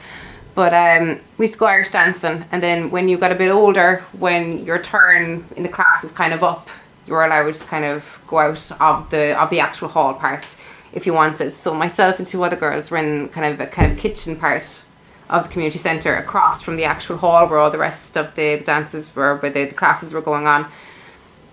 And the three of us were kind of messing around in the kitchen, but the door was open. And I remember kind of as I twirling around, and I saw it was solid black, but it moved so fast, and I was like, was it somebody? And then I was like, no, I was twirling, it was my hair. And then the next thing, I disregarded it because in my head I thought it was my hair. And then my friend said, did you see that going past the door? Like to myself and Michelle, my other friend. And Michelle hadn't seen it, but myself and Siobhan, who asked if we had seen it, we had seen it, but I had disregarded it because it was solid black and moving so fast. Two questions. How did you feel in the moment when someone else had seen what you saw, even though you discounted it? Extremely validated. Right. But also, And the other thing I would say to you is, was it out the corner of your eye? I was twirling, so it was as I was twirling past the door. Because a lot of shadows actually are seen, because even I said this to people, see, it's so hard, as I said to you, we strip it back when you're doing an investigation, but 90 times, even if you'd lights on, most of the time you'll actually see something from the corners of your eyes, more so than would say dead on. Yeah. And it's like everything, if you keep focusing on that, you're going to feel it's moved. So even in investigation, that's why we take breaks. So you're not, your mind isn't taking over creating it, because you have to do the logic with the paranormal with it. But that's exactly like back to the black shadow in the house in Scart, where you see it move. So that's a great point. The fact that someone else was actually able to say to you, did you see that? Yeah. You had doubted your own sense. If you think about it, you saw it, you didn't believe your own eyes, and you doubted it. Yeah. But here's the second person with a second mind going, did you see that? Yeah. So what validation is that? And you see, again, that opens more questions. Why did you see it? Well, thinking back on it now, and I brought up the age of it because when I said there was quite large generation gaps, when I first saw it, the first thing that went, and I never met my granddad, the first thing that went through my head was, I knew he went to school there when he was small, but the first thing that went through my head was, that was my granddad. But since I've gotten older, because that was the first thought that was in my head, but somebody else had seen it, it kind of led me to believe, was it not maybe a good thing to have seen? Could have been trying to portray it. But again, it now opens another can of worms. Yeah. And see, that's what I'm saying even from us. This is where the problem is. You go in, but you come out with more questions than you do answers, because was it somebody related to the building? Yeah. But actually, is it somebody showing themselves to you and your friend is trying to see it?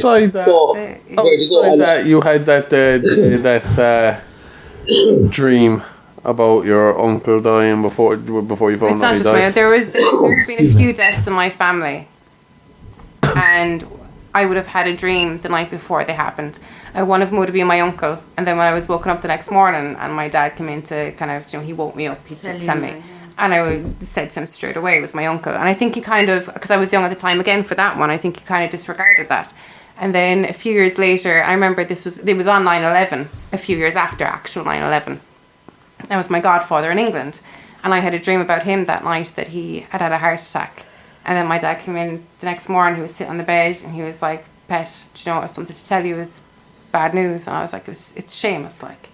And he said, yeah. And he kind of, disregarded that again. He said, look, he had a heart attack last night. He died.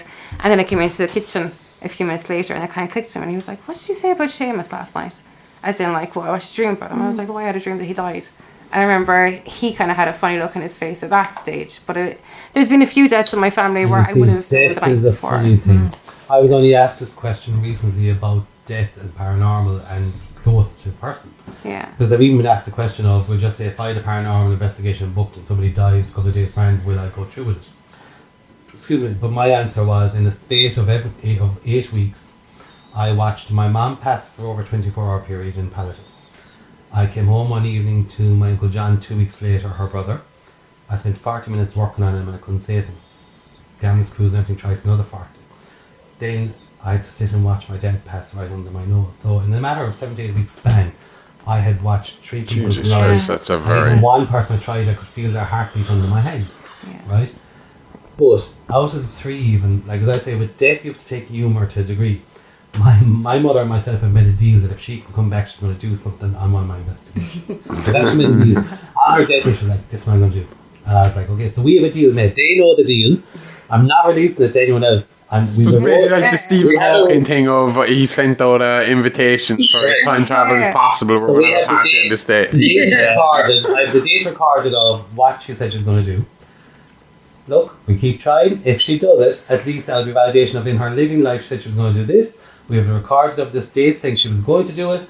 And here is the moment. So we have 2 parts of the puzzle. We're waiting on the third. But even coming back around to that, like even with death and humour, like I will say Leo's a great sense of humour. I'm a mean person. I'm very tight with money because I spend it all on paranormal. Right? Paranormal cost me a fortune, all donations received. But I will say, all joking aside, I've reserved my space in a family plot in a beautiful graveyard. So when I was doing a new headstone, I went, it's cheaper to put my name on now. So I told the grave You can go visit your own grave. Tempting fate. they made a mistake though. Wait till I tell you the problem, right? So I explained. Don't I tell said, me they put it in. wait till I tell you this. I told them these people who had passed and a gap, and then my name was all you put in is the date. I tell you, simple. Save a few bob, job done. What did they do? Put everybody together, but me with no date. And my uncle that I couldn't save has since died, right? So I've got to add. So I've warned him, please leave a gap. My date has to go on. So in all this anyway, we were back at the grave and I was showing Leo the new headstone and I was like, oh. And again, we were laughing at my name was on it. And I said, I don't care. So You were obviously delighted to see nobody can argue my grave. Right? So Leo does. How much did you pay on psychiatry bills? Hey, look at my new headstone. Things I don't expect my dad to Wait till say. the best part. You know what he says? Dad, will you stand by the headstone and I'll get it before. And when your cotton goes under, I'll get it after. And he said, I didn't post it before. But the only sad part was, I remember my poor mother before she died, when I did it, she got phone calls from people she'd seen in years who'd obviously been, because it's a shared grave, they'd been to the grave and they were like, oh Eileen, we're so sorry. And she was like, don't mind that clown. He was only just trying to save money. He's still alive. So yeah, so my name is still reserved in my space. I don't fear death. Alright, before you start anything, I see everybody's glasses are getting dry, so we're going to take a quick Thank God break. you said that. I thought I was in the famine. Me too. And we're back with more drink. More stuff that we... Yeah, I can't say. What you were So I talking was saying, about. I suppose the one thing for people to realise as well in paranormal is, for especially me here in Ireland, right? Every castle that we go to or manor house, there's a charge for us to go in. But that charge, I don't add anything onto. That goes directly into the castle owner's hand. But that charge actually helps support. Like for example, in Redwood, when I handed over money, that paid for new electricity sockets to be put in. It helps go towards building or fixing a new toilet in the castle. So the money isn't being made actually by any one of us. It's actually going to keeping part of our history alive. Preserving our culture. Correct. Yeah. And that's why I always say, like, if you look at any true paranormal, you're not allowed to make a book, you're not allowed to win, but by what we do, we're supporting those locations, because without those locations, we would have nothing. Plus, that is our history. Yeah. But that's the thing about it, and I don't think people realise it. And you and me talked about it when we were watching the Viking series, and it was like brilliant. And I was like, why do they not do the same thing with us? We got fucking Fionn McCool, we got Satan Studio, fucking Cuchulainn, we've got so many stories. This country, when you get back to the Celtic pagan era of fucking Ireland, before the Christianity kind of side of things, this place is nothing but magic, ghosts and fucking and other worlds and stuff. Are you familiar with Puca Festival? If you look at Puca Festival, because even sometimes people realise the names are kind of similar, but like again, it's paganism. That's their festival. That's what they celebrate. But there's so many traditions. Everything is intertwined. It only depends on how you want to look at it. But that's it. Yeah. But that's my view of paganism. It's kind of. All religion should really be based on it's not how much money you're giving away, and it's not how often you go to a building and say I love you. It should be about being a decent person. Correct. I kind of came to the conclusion one day. I think it's also about respect. But that's what I was going to say. I was on my walk, my usual religious walk, and it was kind of that kind of mentality of. I love it. At first, before I kind of fell into the whole Celtic Norse paganism thing, I used to call it the Dillygaff god, and Dillygaff stands for do I look like I give a fuck? And my belief was that if there was a god, he did not have the time to be worried about every last one of us and our tiny infractions. Like the fact that me and Aimee have 2 kids and are yet to be married. I don't think God cares that much. I think he's got bigger problems. So I decided there was a Dillygaff god, and it was when I was watching Vikings, I kind of started to realise stuff that I came to the conclusion myself, lined up with a lot of what they were talking about with their religion, which then brought me around to looking at Irish Celtic religion, which turned out to be the exact same fucking thing, and I ended up going down that kind of line and route of it's like Clonmacnoise, really. If you think about Clonmacnoise and you think about Oslo, look at the connections there between the two. What's that now? Like Clonmacnoise is where an awful lot they kept getting raided as a monastery. The Vikings kept coming in, and if you think back to what I said earlier about when I was in Oslo and I seen the museums there's so much of Clonmacnoise and in Oslo's museums that match up together. It's like a pairing. But again, they kept being raided and raided and raided. So again, it's about the two things marrying into each other, really, if you think about it. Well, like I said, you can't I don't think you can have paranormal without religious. But absolutely. To be fair, I've even had people of religious orders ask me to come into a location on a private.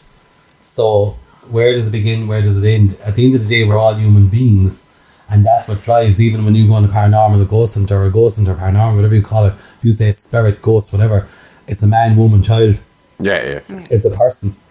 They lived. So, like, you have to have that respect of this person lived. It was their life. Yeah. And that's deep shit right there. You said you've had a question for ages that you. And my language on the podcast. Talking about. It keeps going. So you've been dying to ask a question. So what is just, as in, 3 places in Ireland that do really interest me. If not, I'm kind of the interest started in the history first. But Leap Castle, Kinnitty Castle, and although I don't know a whole lot about Charleville Castle, but Leap Castle, Kinnitty Castle. But just what you were saying about, like invokes St. Michael. But if you go to somewhere like Leap, and obviously the big one in Leap is the elemental, like do you want to not block that out? Like is it that you come don't forward, come in? I was wondering if you're going to if can I say rude words? Of course, yeah. The best way to say it is we're kind of going balls out, let's do this. Yeah. So if you're going to go, you need to go full throttle because you've one night, you want to get answers, or you want to get more, as I said, more questions than answers, you have to go all in. And don't forget, Leap is one of the most interesting castles. Yeah. Because that has been burnt, is it 3 times? Mm-hmm. You know the existing castle was rebuilt across the road from the original. Yeah. The original was actually across the road. But Sean, Ryan and Anne are such legends of that castle and keepers of it. Yeah. As in the way they keep the authenticity of the trueness of it. Okay. But don't forget as well, with castles, they're all interconnected and the people are all interconnected. Yeah. Like Killarney Castle and Leap would be very well connected. And of course, Alec, who sadly passed, he was part of the Irish band The Dannon. Mm-hmm. So of course, they had real Irish roots. And Leonie's mom brought that castle back from Maroon, sitting on the edge of it. And so if you look at, if you look back and you're looking at Ormore Castle, because that's where they were. Mm-hmm. Ormore was a ruined side of the cliff. Now you've got a castle back open today. Then if you look at Redwood Castle, there's actually photographs in Redwood of the story of, you can see the cattle standing in the ruins, and you can watch them rebuild it. And that man, Calissa's dead, so Calissa Egan that's in Redwood, it was actually her father brought it back. he was a Knight of the Order of Malta. So he paid everything out of his pocket to bring that to what we have. Still continuing the tradition to what we have today. If you look at Sean Ryan, again, his building it, but Leith Castle, like as I said to you, I've had experiences there where you get the smell of death, you get the coincidence that it is, of course, brought on with the elemental. Yeah, yeah. You have the obelete. There's times in Leith, you see, every time you go in, you have the ground floor, which is comfortable. But it's as your night goes and you're letting the building breathe around you, you can get those moments where you can feel the darkness in a way. Okay. You can feel the spirit. So it is that balance. If you go in looking for it, does it happen? Might not. I've been in the same area several times. Sometimes nothing might happen, but then you'll have that time where you just know you're in there. You're in the zone. Have you ever been in a violent experience with it? Because again, we watch Paranormal Cotton Camera and you Never. see stuff flying around. I still fear the living over the dead. I still fear the living over the dead, to be honest. So I still have a few questions, and Shout. the main one is my favourite. No, I got a little let down lately, but my favourite haunting story is the Enfield haunting. So I would like to know your... Actually, I'm going to stop you just on one quick one. So, you seem to have a big draw to Leith, Aimee. We're there on the 27th of April. Okay. If you want to join us, you're welcome. Oh, thank Both you. of you. Obviously. Awesome. Nice. Just putting it out there. Sorry, my bad. But it's not a challenge. No, It's an open invitation because you do seem to have a bra. There seems to be a connection in the bra, Yeah. so we're actually there, and you're welcome. Definitely. We're definitely going. Sleeping bags at the ready. For the record, I would say Leo has invited me. My mum. That was a touche.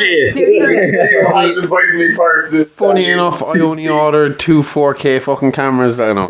Last one's off Temu the last day. We can bring them with us. We can get some video footage for Did I mention I'm budget, have no money, no nothing. Violins are out, I'm just GoFundMe set up. But, We can't even afford GoFundMe. anyway, I was saying Enfield is one that interests me. Now I said I got a bit left down by it because after I did all the research, I was directly after we did the Paranormal Activity. I think we did The Exorcist not long afterwards. Exorcist, yeah. Then I realised that The Exorcist was released not long before the Enfield haunting, and then I started to fucking put some things together that pissed me off a little bit because I was so fucking into the Enfield thing. But what's your opinion on the Enfield haunting? See, I suppose, like me, going back to, I suppose, what I've done, the problem with the likes of me is I'm not somebody that's going to sit down and watch a TV program and take it at face value, right? I'm somebody that will read the history, but my problem is I want to get in there. But there's So then I'm the evaluation myself. But with so many witnesses, Agreed. down to the point of like a police officer Correct. saying, I witnessed a chair move across the room. There was a BBC broadcaster who was a complete disbeliever who said she saw a chair flip over in the child's room without the child coming out of the bed. There's like instances of I can't remember her name now off the top of my head for some reason, but of her fucking, what is her name again? Jesus Christ, we covered this so many fucking times. But of her being moved around the house a lot. Janet. Janet, yeah. You know, and all this, and obviously they caught her out a few times cheating and making bits and pieces up, and the kind of excuse was because she wanted the father figure of your man Morris to be around.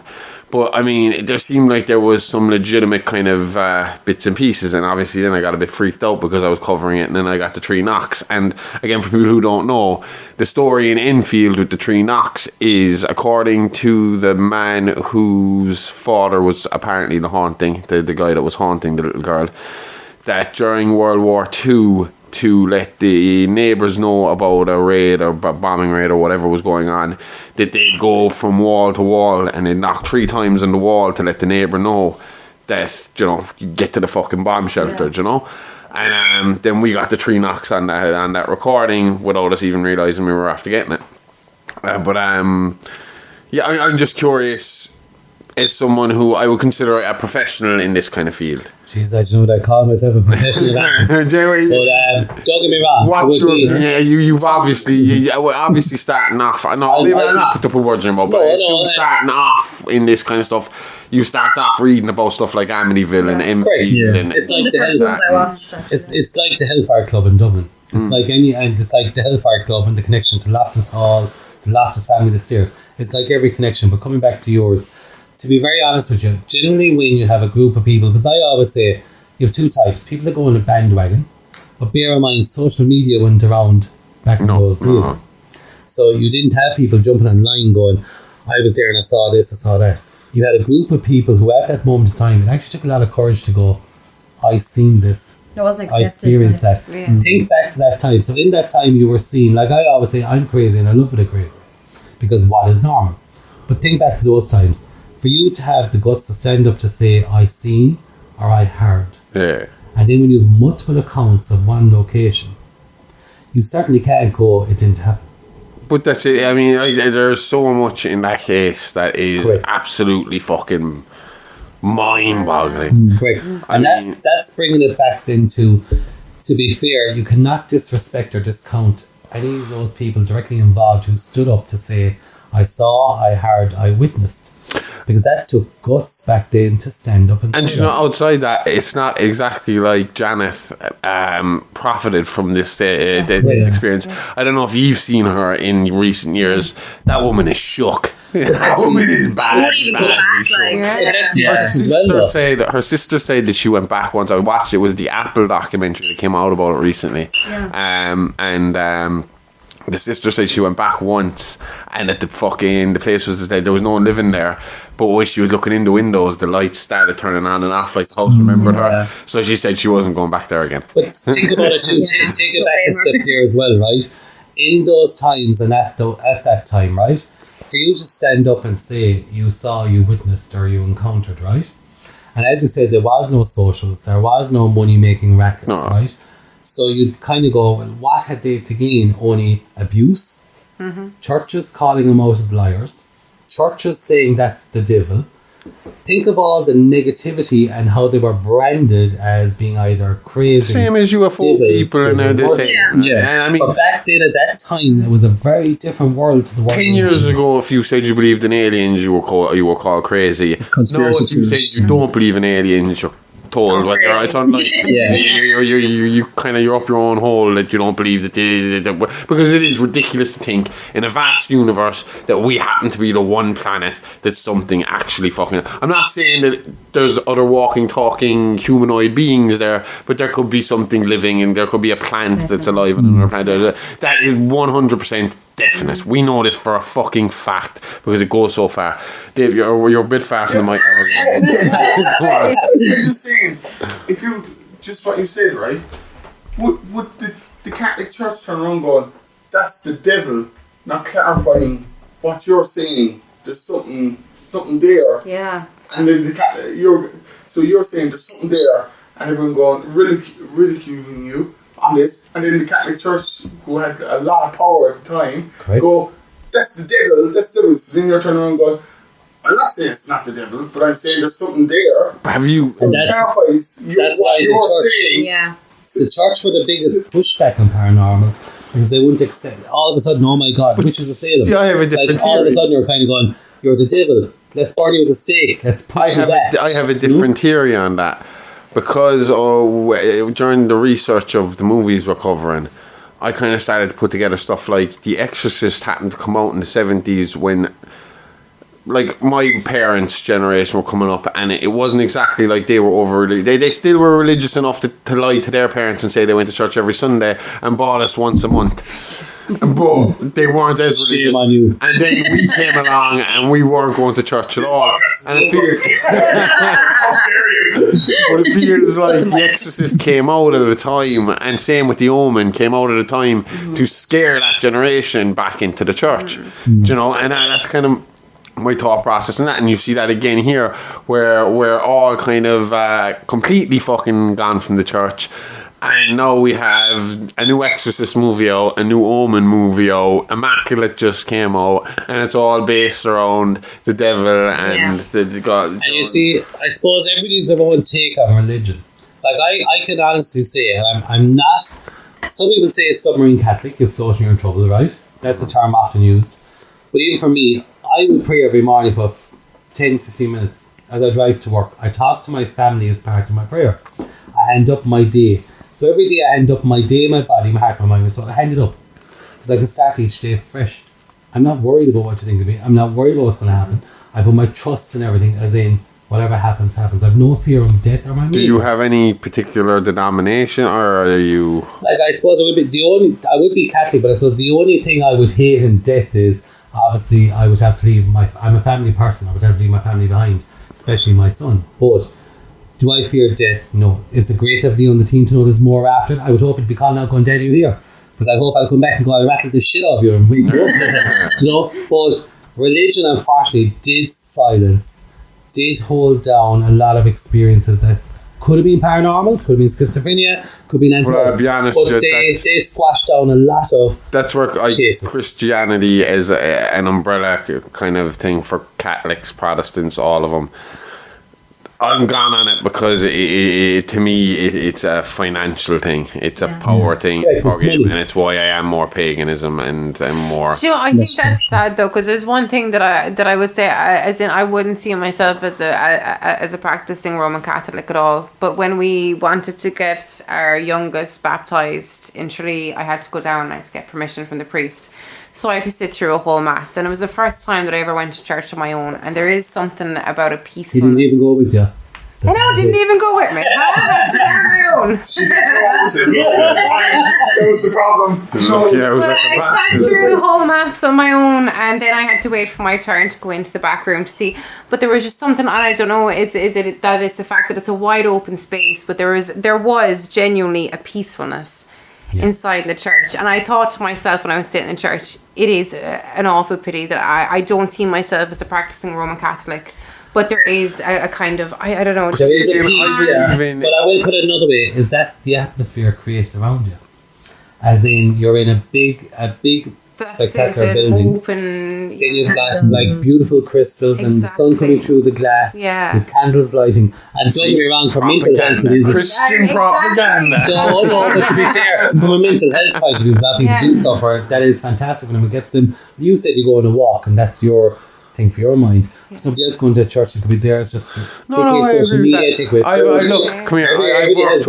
I've worked with born again Christians. I used to be a painter, and I'd work with born again Christian guys, and we would have the best days having debates about our religion. And at the end of the day, these guys were telling me about what their lives were like before they were born again Christians, and it was usually they were drug addled alcoholics, and their lives were, coming to a fucking abrupt end. The best people are those that had tragedies, those that had addictions. To me, they're actually the most amazing people. I had a personal friend of mine who went through they were a brilliant person. They fell onto the wrong path with the wrong people. They paid heavily for their price. And when they were in that area, I wrapped up to the door. And do you know what they said? You're the last person I expected to see here, because I'm usually very black and white. But I'm not going to crucify you for making a mistake. I make mistakes. So I just kind of went, no. And to this day, we're probably better friends now than we've ever been. Because in that moment in time in his life and in the space he was in and where he was, he learned who were the ones that still stood by him. And that's the thing. No, it's like religion and man-made rules. Throw the first stone. This is the thing I would say to you is, I believe you and me would have very, very similar values. Not one bit. And how you should live life. But I live it with a bottle. The difference is... I'm cheap. The difference is that my religion isn't asking me to pay them anything for it. They're just asking me to be a decent person. They're just asking me to fucking pay forward a little bit, make sure the environment's okay, make sure everybody around you's okay. I mean, there's like one... But I suppose I'll stop you there. If you think back to paranormal, right, and everything we've discussed so far about things that happen, things we've seen, things we've captured, right? So if you look at me here today, I'm kind of going, okay, or should I say tonight, and I'm kind of going, I'm a paranormal investigator. I believe there's more to the next life. I believe I've captured and seen what I've seen and what I heard and what I saw.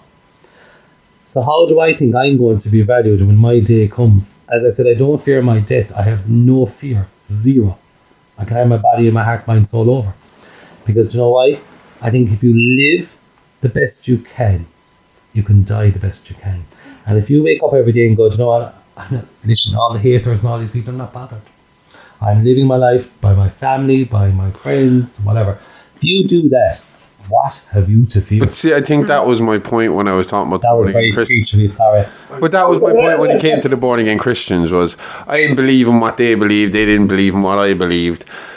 And I could see what their past was like before they started following this religion. So I saw the positivity of their religious beliefs, because it meant they were still alive, it meant they were happy and they were living good lives. So that was okay with me. I don't give a shit who believes in what, which way, whatever. Do whatever the fuck you want. It's your life. You only live it once. But do you not believe a lot of people suffered for paranormal or suffered for experiences? Oh, yeah. Seeing witches. If you think of Infield, you brought it up tonight. If you think about all these, I think so many people suffered for just standing true to say what they saw. Oh, obviously, yeah, but I mean... People say they've seen Jesus, as in the Bible. People around the world believe in Jesus who never saw him. If I said to you, right, and I'm going to push a boundary here a little bit, right? Uh-huh. So, you said to me earlier on through the course of this podcast, have you seen a shadow person? Have you seen this, right? Uh-huh. So I would say to a Catholic person who's practicing and says paranormal is rubbish, have you seen Jesus?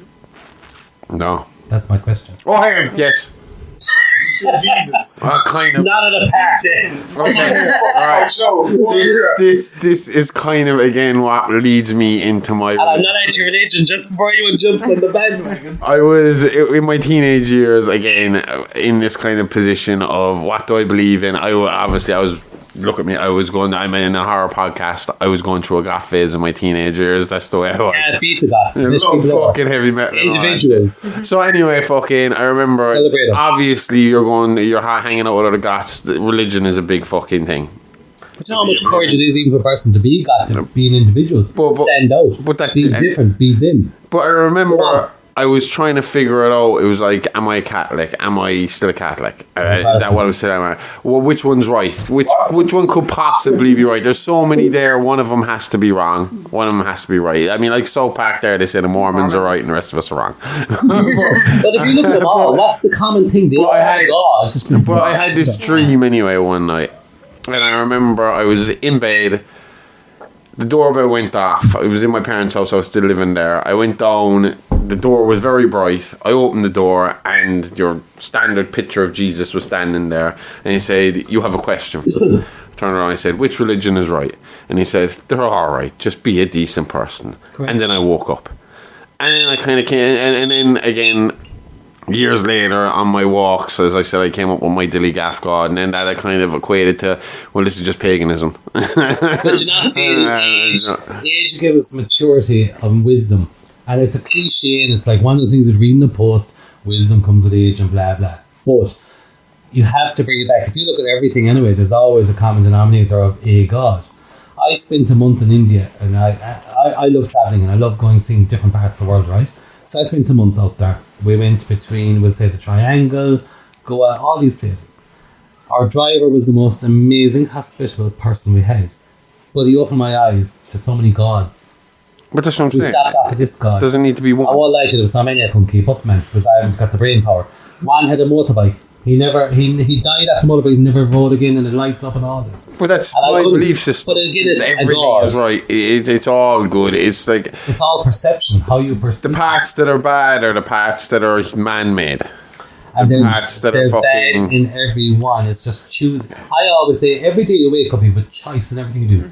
Make the tea, don't make the tea. Offer someone a drink, don't offer it. You have a choice in everything you do. I will say I don't know how the fuck we got from here from... I have to know neither. All I wanted to really know was... Well, all I want is a drink. Is it real or not? But I'm telling you straight out. And I would say this... What's your belief? Do you think Enfield is a legit case? Yes. Yeah? Yes, 100%, because it takes balls. And I admire every person that stood up and had the balls to go, I saw, I seen, I heard, I witnessed, because them poor creators probably got screwed over. Like I say, everything else down closed doors. So, you know what? Kudos. Before we refill our drinks, I have one more question, because I think I know. I'm on a rant now. I think I know this is going to be a short one. Amityville, real or fake? I won't lie, there's part of me going towards it. Really? But a little bit. But now, but then again, I suppose being in the world I'm in, I think something terrible happened in that house, but I don't think fucking anything to do with those fucking What's their names again? That's after. But I think you just answered my question and what you just said. No, never mind the Warrens. We'll get to them. I think you just answered my question as in the house. Because being in the paranormal world, you can't help but see, because most of my followers would be paranormal people. Yeah. They've gone there, done investigations. So I'm seeing that in my feeds, and I'm seeing what they've recorded, what they've done. Think back to the whole conversation. A place, a house, a person. Yeah, but I mean, like, the Feo thing was fucking crazy. People who listen to our podcast know I've covered Ronald DeFeo Jr. and him killing his entire family in the Amityville house. I'm still here trying to find the Amityville people's house. I can't find the name of the people. The Lutzes. Fuck. The Lutzes moved in and they claimed then that the place. What about Hell House? What's your opinion on Hell House with Zach Baggins? Did you watch? I haven't. Did you watch it? I haven't seen that one yet. We mentioned that as well. We did, and then I realized that I thought when I was in Vegas, and then there was multiple movies, and I kind of. When I went to Vegas, he actually has a portion of the stairs, the dirt, the door from the basement in his museum in Vegas. Now, granted, as a location, there's a lot of energy from the objects in there. Yeah. You can't deny the feeling when you get in there. You can't deny the tints. But that's something I would say to have a watch and a look. Okay. I never fired one right back to my. Actually, hang on now before I bring them up. I'm probably the worst guest you've ever had. No, you're the only guest we've ever had. We've never done anything before. I was good. I'm gonna pause it. That energy on you, though. Is he forcing that energy on you? No, I tell you what. A friend of mine went there with me, and I begged him to go with me because I was kind of a bit of a bitch in Vegas and shit. I hadn't a clue where I was going. And my friend didn't sleep for a full month. They actually go to the doctor for sleeping pills. He left there so traumatized. Scott, one day I would sleep after being in there because there was so much. I thought I was kind of bored going, it's a museum. Look, when we left there, that boy didn't sleep for a month. I loved it. I wanted more. There was parts of it that's like museumy, but there was parts where you could feel. I was about to stop things, but stop things for a break. But that's what I was just about to say. Have you seen Robert the Doll? Have you met Robert? No. I'd love to do that. We brought the RIM pod with Annabelle in it, so it's only a mock-up and we brought it. Before we get there, we're going to get a drink because I have my opinions on the Warrens. I'd like to hear. And he said he wants to be resting by 12 o'clock. He's got 50 odd minutes left. The Rock won't be on until at least 3:30. Okay, it's honesty time. We have a confession to make. We suck at socials, no good at Insta, can't send a tweet or an X or whatever that super villain looking motherfucker is calling it now. Stick to your space cars, Elon. But we know you want to chat, you want to be kept updated, you want to be alive all the goddamn time. So we're getting down from the antisocial soapbox and giving this a try. So come chat to us on Insta and Twitter at AliveAlivePod, or hit us up by email at itsalivealivepod@gmail.com. We want to hear from you. Tell us what you like, what you don't like. This is a project. It's still a work in progress, and we just want to give you more what you like and less of what you can't stand. So give us a like, give us a follow. We'll always hit you back, and we'll always try to reply to everyone.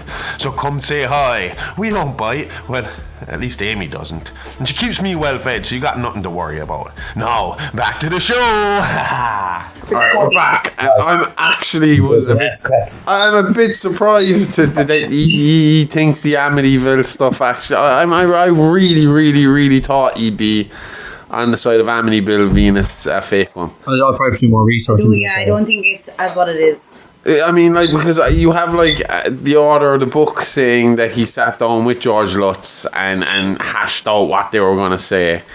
Do you know what they said happened? Nobody outside of the Lutzes have had any problems in the houses. Obviously, outside of the DeFeos, they had a terrible experience in that fucking house. But it could have been them. It's just it's the first one we all felt. I know it's a hard one to fucking swallow that it might be fake, because the Amityville is probably the first real haunting anybody really fucking learns about, right? It's like Amityville is the first one you've heard of, like. But hang on, what about the Priest College up in Kildare? What's it called? That was very diverse. No, but I'm just saying, like you're saying, it's a location, and their room up there turned into a church. But you're saying about Amityville, right? Yeah. But at the end of the day, nobody has investigated it in this room. Nobody's been there. We weren't there. But a lot of And you just but count it the problem is that the people that were said to have been there have since said I wasn't there, and this is bullshit. It's controversial. The church, like the priest that was supposed to have been told to get out by some spirit, has himself come forward and said, I never set fucking foot in the house. I had a phone call with George Lutz. Yeah. You know, there's a pretty much everybody outside of the Lutzes themselves say that it's bullshit. They did actually gain from it. Well, hang on. Everybody outside of the Lutzes and the Warrens. Yeah. No, that brings to my next question, because look, Here we go. whether you believe in Amityville or not, that's, I mean, again, it could be. I mean, like I said, it could have just been a haunting on one family. Something terrible happened in that fucking house when Ronnie DeFeo killed his fucking family. So yeah, there is a perfectly logical, possible fucking thing that the Lutzes did experience something fucked up, being the first family to take over the house afterwards. But the Warrens. How do we feel about the Warrens? How do you feel about the Warrens? You believe them? Yeah. But it seems like they showed up at the last minute of everything and never really did a whole pile. And then again, we have authors of their books coming out saying that, like, Ed had come to them and basically said, do you want to write the real story or do you want to make money? And you have, like, this kind of other side of it, that they were real hardcore Bible bashing fucking Christians who were trying to get people back into the faith. I mean, like, it's recorded that they were there for like an afternoon at Enfield. It's recorded they were at Amityville for like a day after the fact, after everything was said and done. I didn't even know that part of them. I mean, suppose there's very little about them. I've read that. I'll tell you. I read their book, and it is scary as fuck. I remember reading it in the dark in my bedroom and scaring the shit out of myself going to bed every night. And it's a great book. Brilliant book. Brilliant book. Scared the life out of me. And for that, it was great. And the Conjuring movies, the first one I enjoyed, the rest of them, they're fine.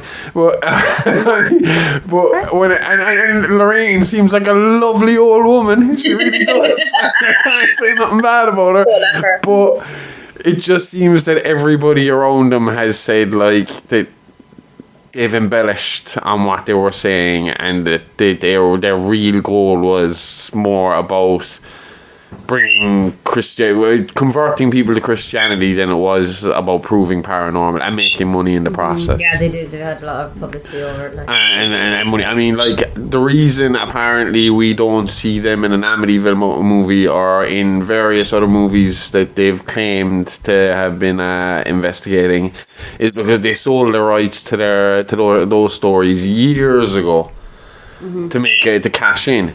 So now they're stuck with, like, you know, the stories they didn't set off, like Enfield, which they weren't involved with. And I mean, you've seen if you've seen The Conjuring 2, fucking nowhere near what happened in Enfield. So I mean, but the problem being was that they weren't at Enfield very long, and they had to fucking embellish the rest of it, and then which leads to this nun kind of bullshit. And it just seems like that a lot of what.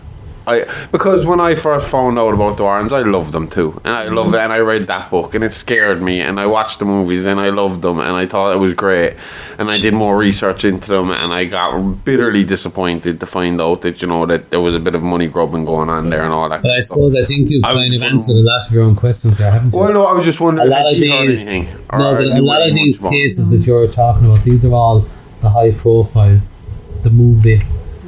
As we said earlier, like, there's a lot of people out there who are out for fame and out for money. So if you look at a lot of these cases, they're going to make an entertainment value. They're going to add. If, like we say, if you have a case where you have so many people standing up going, this is what I saw, this is what I witnessed with a group of people. But then if you have a case where this is a house, there's all this money, all this publicity happening, and next thing all these people are coming out of the woodwork going, I didn't see it, I didn't say that wasn't me. So that again brings you back to the whole investigations of debunking. So again, it's separating, we'll say, the movie theatre, the genre versus the real life paranormal. Don't get me wrong. if I'm Ed and Lorraine Warren and someone comes to me and says, we want to make a movie out of some of the fucking scary stories you've written, I'm 100%, buddy, let's do it. No problem. I've sat with you and discussed how we could turn our podcast into a movie idea multiple fucking times. I was like, I have multiple ideas for scripts and stuff like that. I would not hold that against them in any way, shape or form. It's more the before the movies. It's the kind of point of when they were claiming to be, you know, in the middle of all these big cases, and they were claiming to be there for the same reason you're saying you're there. Not for the money, not for the recognition, but just for the scientific evidence, to prove it, to prove it yourself, to prove it to other people, to find an answer. And I suppose that's why they weren't there for an answer. And I mean, their museum alone is probably fucking evidence of that as well, because you're being charged walking in there to look at fucking a raggedy land doll that doesn't do fucking shit. You know? It obviously doesn't shit, because they didn't even fucking use the thing in the movie. They replaced it with something else. But I can't say the whole point when I've got a RIM pod with Annabelle sitting inside it. But I will say that on the other side is, I don't know if you're familiar with Ghost Era here in Kerry. No. So Anthony Carrigan is in the field like myself. I'd say we're actually very close in numbers of how many years we're at it. And Anthony has put everything on the line to release his own series this year. And we were down doing an investigation with him. And again, I suppose this is separating the theatrical from the real. Like, we handed over now, obviously it hasn't been aired. Nothing. Don't worry, Leo, that's not that's my kid's turning the lights on. But I suppose That's the pipes you guys want to start. Leo's here, looking away. This is the wildest podcast we've ever recorded. I actually still think the people in the home, there's actually a lot more here than any one of us realised. For me coming into this house tonight, and you're lovely people, you've great energy, you listen to that. Border system. I would actually be kind of going, I actually wouldn't mind kind of going, what is this more about? Is it the people, the connection? Is it the home? That's like the old Bible. You might like this information. And I was kind of going, there's more here thing to look at than just this is an old battle site. Yeah. You see? This is an old battle site from like fucking, I don't know, you know. So this is like, we'll say, if you look at Akram, but that was another point I was going to say, there's so many things, like we're talking about all these American, and don't get me wrong, I'm all for everywhere. Like, as I said, I've done the Metals Plantation, and I've done India, and I love travelling, but we actually have so much stuff in our own Irish doorstep. But unfortunately, so many doors are locked because the Irish mentality is don't know, don't want to know. And that's a lot of it. Yeah. We've got a dark history. I mean, but if you look at Carsavine Gael, jails, they all use different words. If you go down there, I remember I was down there on location once, and there was myself and two females, and we decided, you know what, let's try to build energy, let's do a bit of role play. So I jailed the two women, going back to the days of it's about to get kinky, everybody. No, there was chains on the walls. We won't go there. This is the waiting section. What I do love about that one was there was two females and myself on there, right? Locked in, locked down, no contamination. We had gone there because somebody had taken a photograph where they found a young girl dressed in a black dress peeking around the corner. That's what started the whole interest in Carsavine Gael. So when I did it that time, we did it, and I jailed the two women, and as I said, laughter was a draw. We were having a big fit of laughing at how, if anyone else was looking at it, this crowd are just fucking nuts, right? But as we were doing it, a male voice over me talking and laughing with the two females roars, "Breather! Breather!" Now, if I was only male and I'm laughing and talking, who's physically roaring over us? And Breather was the name of one of the two women on site. Then take it to a recent investigation that we did with Ghost Era down there, and in the jail cell we caught Morgan on the second round. So as a location sovereign delivered not just once but twice, but is intelligent, but is answering. So again, this brings us back that we actually have so much on our doorstep, and there's so much out there. The exit. There is. I never just took you sharp for words. No. It's just I'm trying to work it out how to bring it back to the Warrens. So I do throw a curveball. I'm just looking kind of for There's always an actual answer to. So the Warrens, you reckon, were legitimate in their thing? Or And this one- do you think after what I'm after saying to you, Change perspective. You see, I suppose when you bring money into the equation and you bring, we'll say, makes a difference. when somebody backtracks, Yeah, right? very Right. good. So if I sat here tonight, and if I said to you before I came here tonight, I was in Lip, I was in Redwood, I was wherever, and I felt or saw. And then I'm sitting here tonight now, and I'm kind of going, geez, I'm after having so much information. I've paid X, Y, Z, I've been sponsored, and I now sit here and I go, no, I don't remember saying that, and I didn't.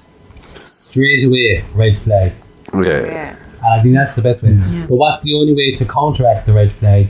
Let me in, give it to me for a night, let me see. Dude, And I can guarantee, I can actually fucking vouch for the fact that they are absolutely non-profit, because when I talked to my brother about them coming over here, I was like, you got to explain to them, we don't make any money making this podcast yet, so I can't actually pay them to do the podcast. And he was like, no, they're non-profit. And then let alone were they did not expect me to pay them when they came here. They turned up with a bottle of Jack Daniels for me and gave my kids 2 little tote bags. So I mean, it's You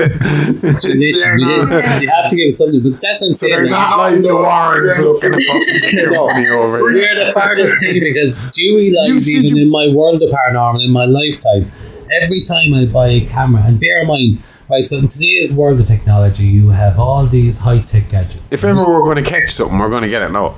Actually, no. I'm stripped back. Everything you'll see on my channels are recorded with older cameras. They're actually Sony Handycams with an IR like that separate to bring up the night you vision. can manipulate. And they're something I could actually have to pay more for now because they're vintage Yeah. versus today. But the Is that reason just because it's less likely that you can manipulate the picture? Correct. So everything I'm using is old school. Everything you'll see is recorded when I'm playing it from a laptop. So if I was to put the value of my kit together, and I hope nobody ever robs my car, but if I was to put the value of it, it's high value because it's all vintage equipment. But that's what gets me the better capture. No, I in my understand. opinion. That makes sense. In my opinion.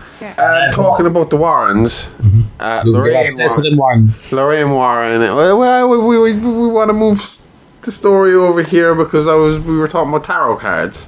And I'm curious as to your opinion on mediums, clairvoyants, and psychics and the likes. Well, I don't know for Leo and Eva, and I can't speak for them, but my opinion would, from my experience, and I will use the word me and my and I, from my experience, I do feel it's an area I'm ignorant of, because anyone I've seen or come across, there's so much scientific stuff, body language, this, that. I've seen people put out language. The only thing I will say is that I did have a personal experience, which we discussed earlier tonight. Do you want to say that again? Because it was a very interesting one. Yeah, actually, to be fair, her name was Mary Stacey. She's based in Wicklow, but it's the first time I sat in front of someone who did not know me. It was a friend through a friend. She actually made contact to a friend of, do you know him? We never had a connection in anything.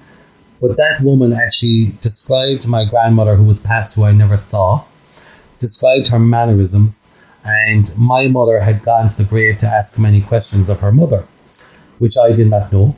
So following meeting Mary, I came home with all this information, descriptions, answers, questions, and my mother broke down crying. She went to the grave on her own, asked those questions on her own. I'd never seen my grandmother. She was able to describe her mannerisms. Everything. So how, and even to one point of, she said to me, I'm going to give you validation. So I went, on my trip, I was going to Carton House on my own. I stopped off to buy runners to my son and experience my own of where I was going. Would I get him? They went there? No. Little bastard wanted with me, whatever. And I went away. She was able to tell me things I did in that 24-hour period on my own, where I'd met no one, nor would I even think about saying I did this or I did that. Yeah. So for someone to sit in front of me and go, to describe people in my family who passed I couldn't see nor know, answer a question from my mother who went to the graves that we did not know, and for her to be able to tell me things I did in a 24-hour period, she blew me away. So for somebody who's not a medium person, I don't claim to be medium. I never have, never will. I claim to be a paranormal investigator. But I do think there's a fine line, because even as a paranormal investigator, I myself can go into a location and you can just feel. You just feel. You can walk into a room in the middle of an investigation at 3 o'clock in the morning. It's flat. You feel it's flat. You could walk into a room and be doing an investigation, you feel it's getting tense. I've said the same thing about the utility room. Sometimes I could be in that room and I'll feel fine, and other times I can feel I can be in that room and I feel like I need to get out of there as quick as possible. Yeah. I suppose the only weird one for me was I remember on one occasion we were up to Claregalway Castle, and I have to say it is a castle that is rarely paranormal investigated. I was lucky to be part of the groups of the first ones in there, but I remember 2 instances on that trip. I'll give you the first one, which is eerie. Is I use a wildlife camera. They're a simple tool. They have 3 sensors, so if something passes, the camera starts taking pictures. I placed it at the end of the battlement on, I think it was 3rd floor at the time. So to get to the camera, you had to walk down a hallway. So if you walk down the length of the hallway, of course the sensors are going to break. It will take a sequence of pictures of you coming to the camera. On this occasion, the camera started taking pictures, but there was nobody in the pictures. But the camera went from facing outward to the hallway to catch somebody coming down to the camera all of a sudden turning into the wall. So nobody walked down the hallway, but yet the camera in those sequence of pictures went from focusing in the hallway to into the wall.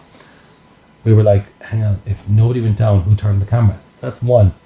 Before we went to the investigation, a friend of ours had actually lived nearby in that part of Galway. And I'm one of those, I always say to anybody ever investigating, do not tell me where we're going. I don't want to know. Don't want to know.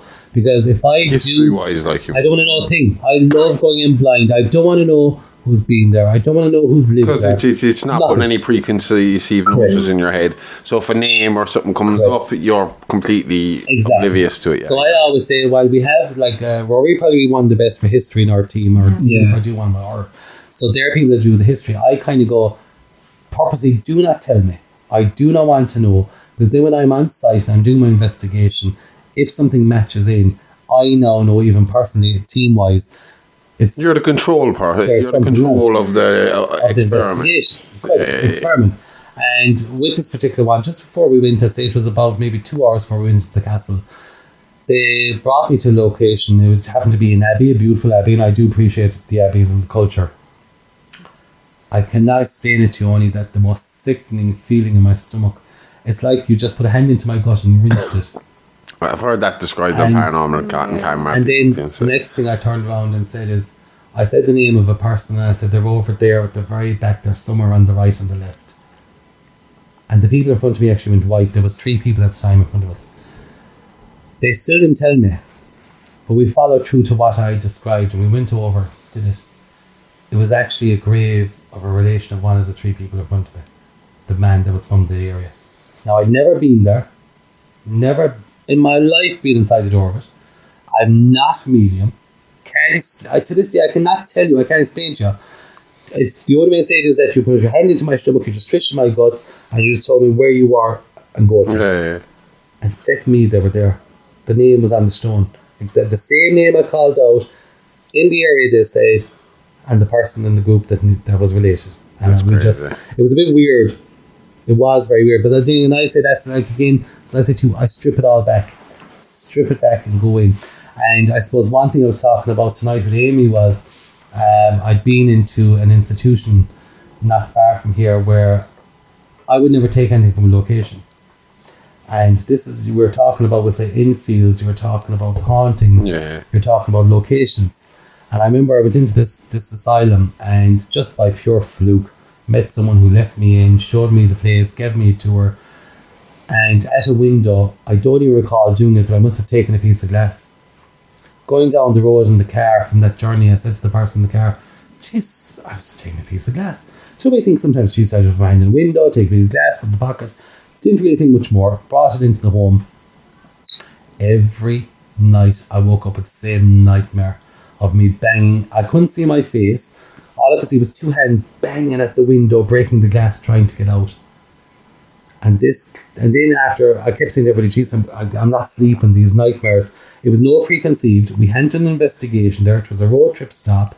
Just fluke accident to get in there. And it suddenly dawned on me, the glass.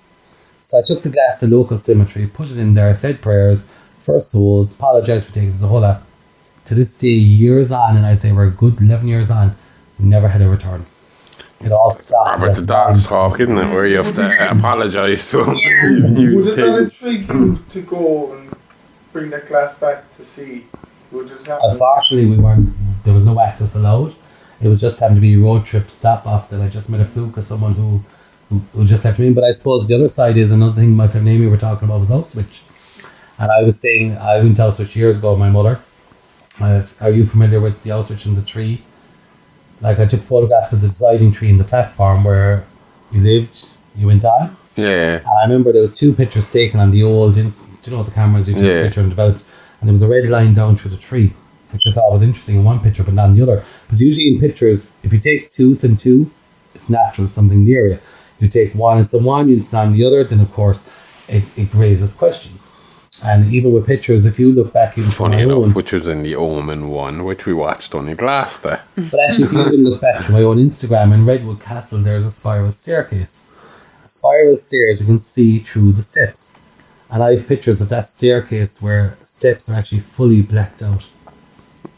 But again, the shunt bit, natural laws, you can see through them. The camera hasn't moved, you have 2 pictures, and then you have this, or it's even getting bigger or grown or moved.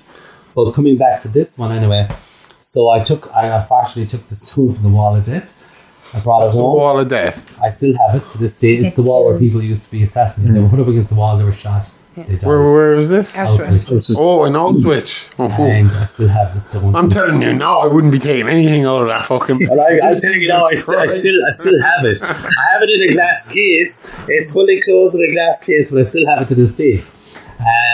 But taking that and being there, I never even realised. Some people do genealogy down the line. Yeah. There was actually a member of my own family in there, but I never knew it when I was there.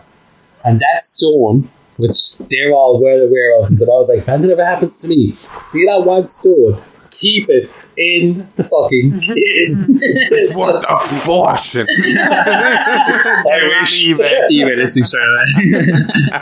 Marketing. Who wears pajamas? Dark web, find a Nazi website. That's not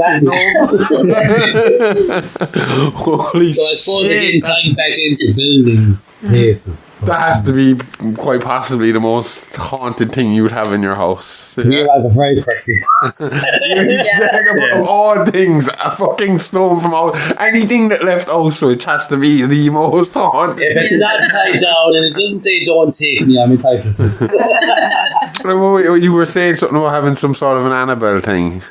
Yeah, so like obviously on investigations, like we would use a K2 meter, but a K2 meter, the whole concept is, and we actually brought him with us tonight in case you wanted to see him, that when you turn them on, there's a green static light, it goes to red.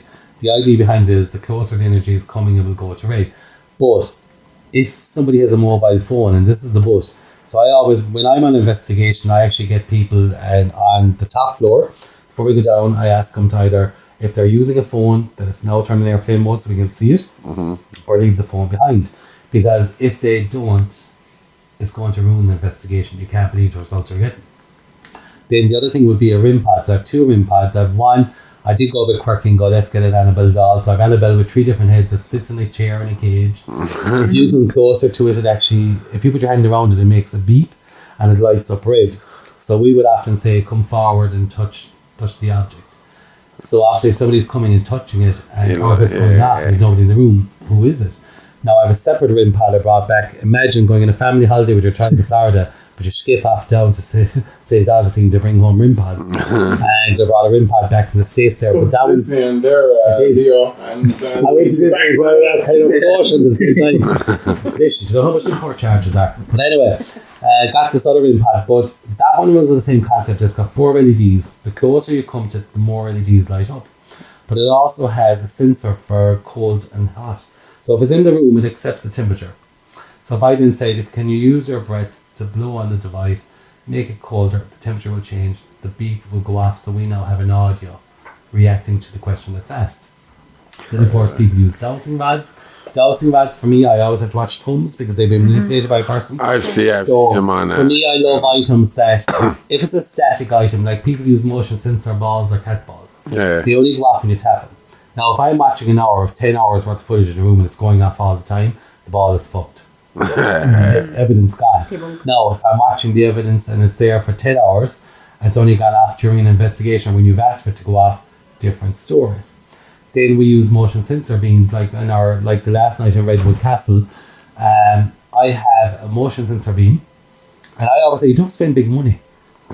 Cheapest chips from your local store, but if you break the beam, the alarm goes off.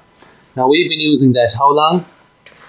She's well over a year. I'm doing it 3 years and it's never went on. Yeah, we've been using a motion sensor beam for a couple of years.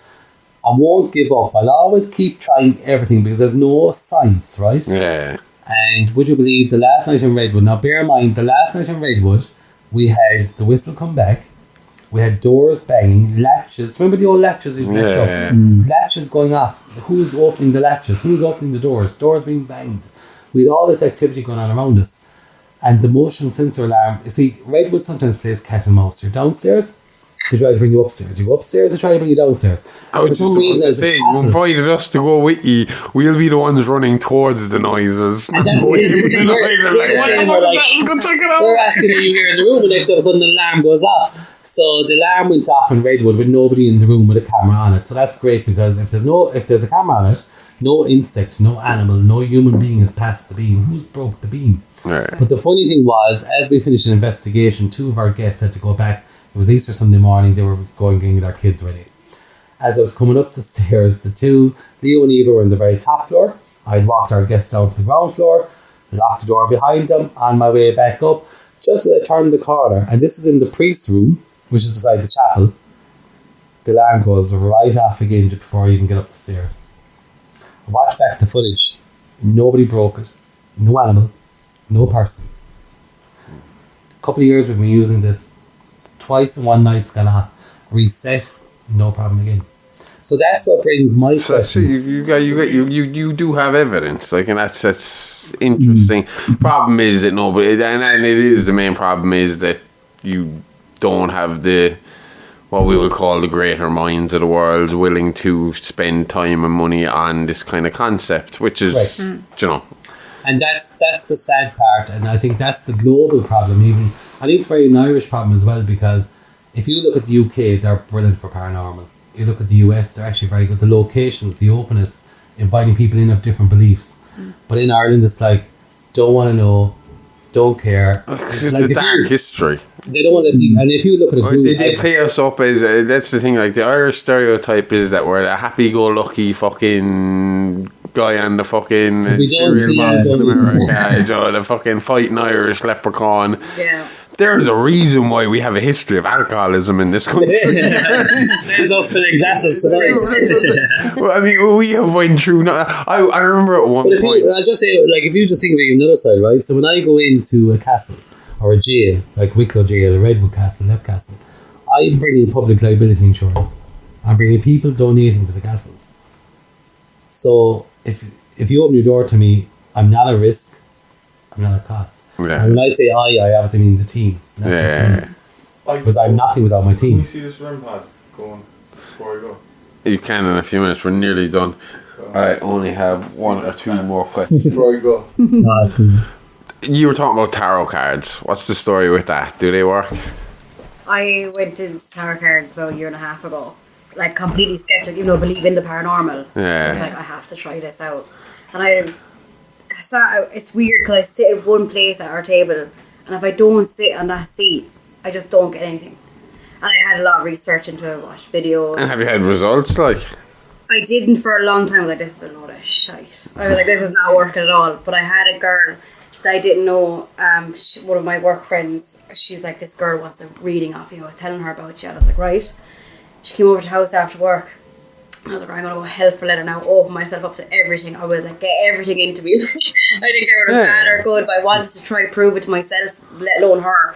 And it was like an hour and a half long. I kind of go like, I kind of say it the way of, it's like I'm speaking for someone. It's like it comes through me. I could be gibbering on about something to them, but I don't even know what I'm saying, but it's just coming out. The definition of a meeting. Yeah, and like I made her cry twice throughout. I was like, this is a good result. But I said kind of general things that I kind of think you could nearly get a vibe off someone. You're kind of like nodding, yeah. So you're like leading it on. So you still don't know yourself whether it's working or it's I did at the end of it because the girl and my friend, they were having conversation, and I had the weirdest thing happen to me. I was just looking like while they were talking, but I was distracted. I had like a pulsating number like literally come through my eyes. Like kind of like so if you imagine something in your head, it's kind of like that. And I was like, but I think that what makes us great as a group though as well, because everybody has their own. I'm old school. Show me an empty room and do it. Leo is great for bringing on new technology, to be fair, correct? Yeah. Eva also does, like, she does the Estes method, Spirit Box. We work a lot with Spirit Box. She's more open to the likes of cards and so forth. Yeah. So I think between us all, as a group, even with Rory Valley, we all bring something different to the table. And by bringing a mix of people, because I always say Puca Vogue isn't one, it's us all, because we all have something different to add. The more things we throw at a wall, the more that will stick.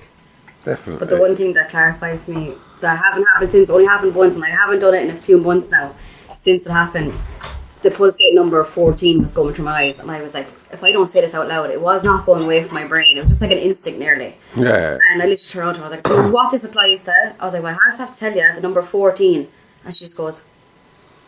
But I would have strong belief in that kind of idea And it as was well. her brother that had passed away of a brain aneurysm when she was younger. And she said his jersey number that was hanging in her wardrobe was number 14 on it. And she was like, that just clarified everything for me that I've been asking for. I will tell you, I have a tattoo right there. It is the Roman numeral of number 9. I got that tattoo because I kind of believe that everything in my life revolved around 9. I loved, when I was a teenager, my favourite band was Slipknot, 9 members. Then I loved Wu-Tang Clan, 9 members. My favourite soccer player was Robbie Fowler, number 9. Fucking my favourite basketball player in a local Tralee team was a number 9 player. Number 9 just seemed to constantly be popping up in my life. And then when I got into my religion and my fucking paganism, turned out that the Norse didn't have 10 commandments, they had the 9 noble virtues. Have you ever looked I'm going to tell you something more weird about the number 9. 9 is what I claim to be one of my luckiest numbers, because I was born the 9th of February.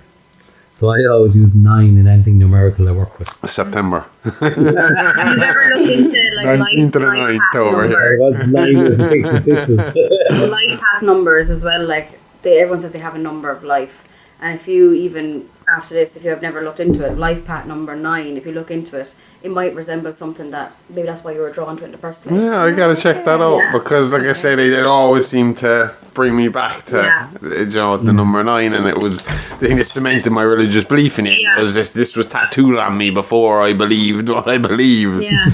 Alright, we need to kind of get close to the end, but I do have 1 or 2 more questions. Number I have one 1. final one. I'm going to throw a cat amongst the pigeons, right? Go for it. Yourself and Aimee, right? Obviously, you're very tight knit. You're together, you have similar beliefs. You're doing the podcast. Yes. If I said to you, what was the most common, because you seem very similar, what's the most common thread of belief between both of you, between paranormal or anything else? What's the most common denominator? What's your biggest belief between you both? Having each other's back, what's the belief? What do you mean? What do we believe in when it comes to paranormal? What's the most common thing between the two of you? Because I can see... I said it to you earlier on. I think it's the fact of we will go in skeptical, but we want to believe. We have and is there anything in your life? Is there and we're both excited? Because there's something. The reason I'm challenging you back, I suppose, asking is there's something. I can't put the finger, but there's something. And it's something that we would both... There's something. That's something that the two of us would believe in, and I think it's something that our grandparents proved to us, and both our grandparents. And I think that a common belief is that it doesn't just end. As in, like, your grandmother said to you that they'd be back for her in March. Like, she said my grandfather died, and then she said he'd be back for me in March. No, March passed, and everyone was like, it's no big deal. Next March she died. So she specified the year, which specified the month. But I would say that when it comes to myself and Aimee, I know you hear a lot of couples say it, but myself and Aimee really are kind of yin yang and kind of one person. We've always joked that we're like a positive codependent relationship, that we can't work without the other. You know, one kind of goes with the other. It's like strength and vulnerability, and then two together. There's. I can't honestly, but say even sitting here tonight, and I've never met you guys before tonight. But Jesus, I can see there's more. There's something. We've often said that we feel I would love to put the both of you in an empty location together. Persuading to see who. I would love to see from a paranormal. We're so close that I would not suggest putting us alone in a location. Stop a second. PJ, what you think to me? UFOs. But we have referred to ourselves as being like, you know, almost like one person, like, you know, Don't the forget, way we are the together. wild My person two you might buddies. never look at. It's like the horrors. It's like anything else. The wild person you might never suspect might be the murderer. The wild person you never suspect could be the person or the item that's drawing the most. The moth to the flies. Do you know what I mean? Yeah. You will never know. Until you put someone in, you'll never know. Do you know what I Alright, feel like? hold on, I before tell you- you now what I feel like. Another drink, probably. I feel like I'm traitors here on fucking BBC. I love that, bro. Yeah. Oh, Yeah. PJ, The conversation. It's not me, PJ. The conversation can continue afterwards, but I got 3 questions left that I got asked. And this man said 12 o'clock deadline. Oh, no, I don't really give You a shit. have because 9 The good minutes. match, the good Sorry, match sorry, is just on leaving for an hour or I two. want to see the But I have 3 specific questions. Number 1 is, we mentioned the Ouija board earlier on, and you said instantly, I won't touch a Ouija board, but I Never. will also notice you have a Ouija board planchette around your neck right now. so I'm wondering Whose team are you on? what's the Ouija board story? For me personally, I will never touch one as long as I'm living in. Never. What, and when you did it the first time? I won't say the first time. I've done it multiple times. But the biggest part was I was in a group of people doing it, and we were all hotel staff. A new girl started, and none of us knew. We thought this was just games, drink, laugh, crack. Something came out that night very personal to her through the Ouija. That girl left Clarity the next day. To this day, nobody's ever heard from her. So that was 1. Okay. 2, the second time I went to college in Dublin. I've never seen a person's eyes totally roll back into their head, and mentally the person has never been the same.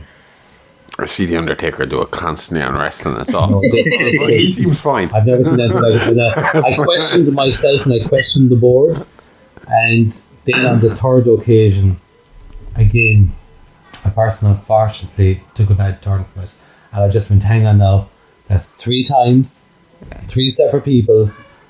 Each ended with a bad story, and I said I made a decision. It's something unknown. It's obviously, I don't know if it was the person brought the negativity, I don't know, was it the board? Don't get me wrong, a lot of people use the glass in a seance, and I've done that. I've used the glass, but as in a physical Ouija, as long as I live, I will never use one. I have one, but we haven't had any results yet. But you have brought up this. The reason being is this was actually gifted to me by He's talking about the planchette around his neck. Yeah. This is I actually an audio medium. I actually only wear this only when I'm doing anything related to paranormal. I don't wear it in everyday life. So coming here tonight, I said to the lads, I'm putting on my gear, I'm putting on my... Yeah. So anytime I go on location, I wear it. But I try to charge it with my energy because I use it as a trigger object. Okay. And it was actually a set by a woman donated to me where she actually had 2 earrings of a yes and a no. But I removed the earrings part to have yes and no. So I charge it with my own energy, and I try to use it in investigations to see if I can get it to move as a trigger object. So I'm trying to charge it with my own energy, but yet get it to work. But yeah, that's my concept. Okay. Last 2 questions. You can talk afterwards, Dave. Dave is my brother, who you have heard me mention before on the podcast. You are now here. And a good old He is fucking plague. You need to. We got 2 more questions. They're 2 very simple questions. It's a very. If you're in the podcast world, you learn this is how you close out an interview. It's very simple. I didn't teach you that anymore. He actually has very good questions. If somebody is dealing with paranormal activity, what do you suggest they do? So, depending on the person, if they want to embrace it, investigate it further. If they want no, in dove, don't want to know, whatever, I would say sage your house every 6 months. Use the sage in the house, side of the cross in each room, say 1 prayer, bless it. But Doesn't matter what religion. But no, and the one thing I would say as well is with a lot of people, think about a ghost, entity, spirit as a person. If I find the shit out of you tonight and you turn around to me and you said, stop, stand back, you're frightening me, I would understand you. So I have to say to people, it's like an investigation. If somebody, I would say, stand back, you're frightening us, we mean you no harm. Be stern.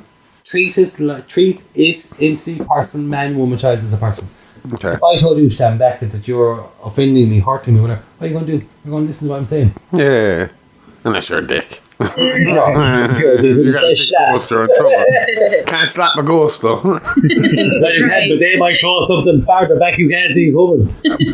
Next question coming up to the end here is for people who are interested in this, how do they get involved? What do they... Well, what I say to people is try to connect with somebody of a trustworthy group within your area, or even just contact groups. Even like ourselves, people contact us all the time about their house or about this, and you always have to be wary of motives and people. But a simple thing is, if you feel even you've an interest, then the right thing is to go on a couple of ghost hunts, paranormal investigations, see if it suits you. Because it either will or it won't. You need patience. If you don't have patience, forget it. Yeah. If you're somebody who feels it's your house, start with the basics. Turn everything off. Turn on a dictaphone. Ask a few questions. Allow the 15 seconds. Start the baseline before calling someone in. So I think that's, for anybody that's interested, either one, go on paranormal investigations, build yourself up in the field, gain your knowledge, and try to join them in a group. Two, if it's your home and you have questions and you have answers, reach out and ask. Don't assume everything's paranormal. Look at somebody who's a genuine group with no hidden reasons. Go for the genuine. And how do people get involved? How do people get in contact with you? What's your socials? So for us, we're on Facebook as Puca Vogue Paranormal. We're on Instagram, Puca Vogue Paranormal. We do have our website. I am brutal on it. Hands up, brutal. But there is a place where people put in their emails. And of course, we have YouTube. But our biggest platforms we use constantly are Facebook and Instagram. We have our TikTok. We have our website. But Facebook, Instagram, that's where we will put captures we find, what we feel we've got, upcoming information, investigations we're going on. Between the two platforms, you'll find us there. I will tell you, I have really enjoyed myself, and I would like to make Absolutely. a suggestion right now. You invited us to go on an investigation with you. We are 27th of April in 100% going to Belfast. go with you. How about you come the fuck back here afterwards, a week or two afterwards, after you've done your research. I'll challenge you more back on that, And right? we'll talk a bit about the investigation, and we'll have another chat about it. I'll challenge on you a bit more, because a week or two, man, I have 50 hours to go through. So I challenge you, 27th of April, we're in Left Castle, Cool. right? I invite you both on sleeping bags, rough and ready, but you will enjoy your night. And Man, I'm a biker. And, We fucking make it your own, because it is your experience, not ours. It's yours. Two, absolutely. Let us go through all the footage. And on the night, we will share with you before we go live everything we found or what we found. Once you have your report ready, we will come back here. We will And then you can dissect, you can challenge it. That sounds awesome, guys. Thank you very No, much. thank you very much. This has been awesome. I feel I overtook poor Leo and Eva. I feel I just kept talking. I'm pretty sure Leo had like one line in the whole just- show. I'm in there. Around somewhere. I'm still here. He's our tech guy. Look, thanks. We really appreciate it. No, We can't thank wait you to for your do this. hospitality. Lovely, thanks. I can honestly say you've been so fantastic as hosts. Let us feel free, easy to chat to. One of the best experiences. Thank you both very much. Truly. Thank you. And We David. will definitely- I did say 3 things. If you like that, then check out our Patreon, where for just $5 a month you get access to exclusive shows like Real Monsters and Playing with Bones with Aimee Rose, along with early access to all our minisodes and ad-free access to the Weekend Update and It's Alive! Not convinced yet? Well, head on over now and have 7 days on us. That's a 7-day free trial for all new members. That's It's Alive Pod on Patreon. It's Alive! All the guts and gore with none of the guilt. See you on Wednesdays, unless you're on Patreon when you get us all week long.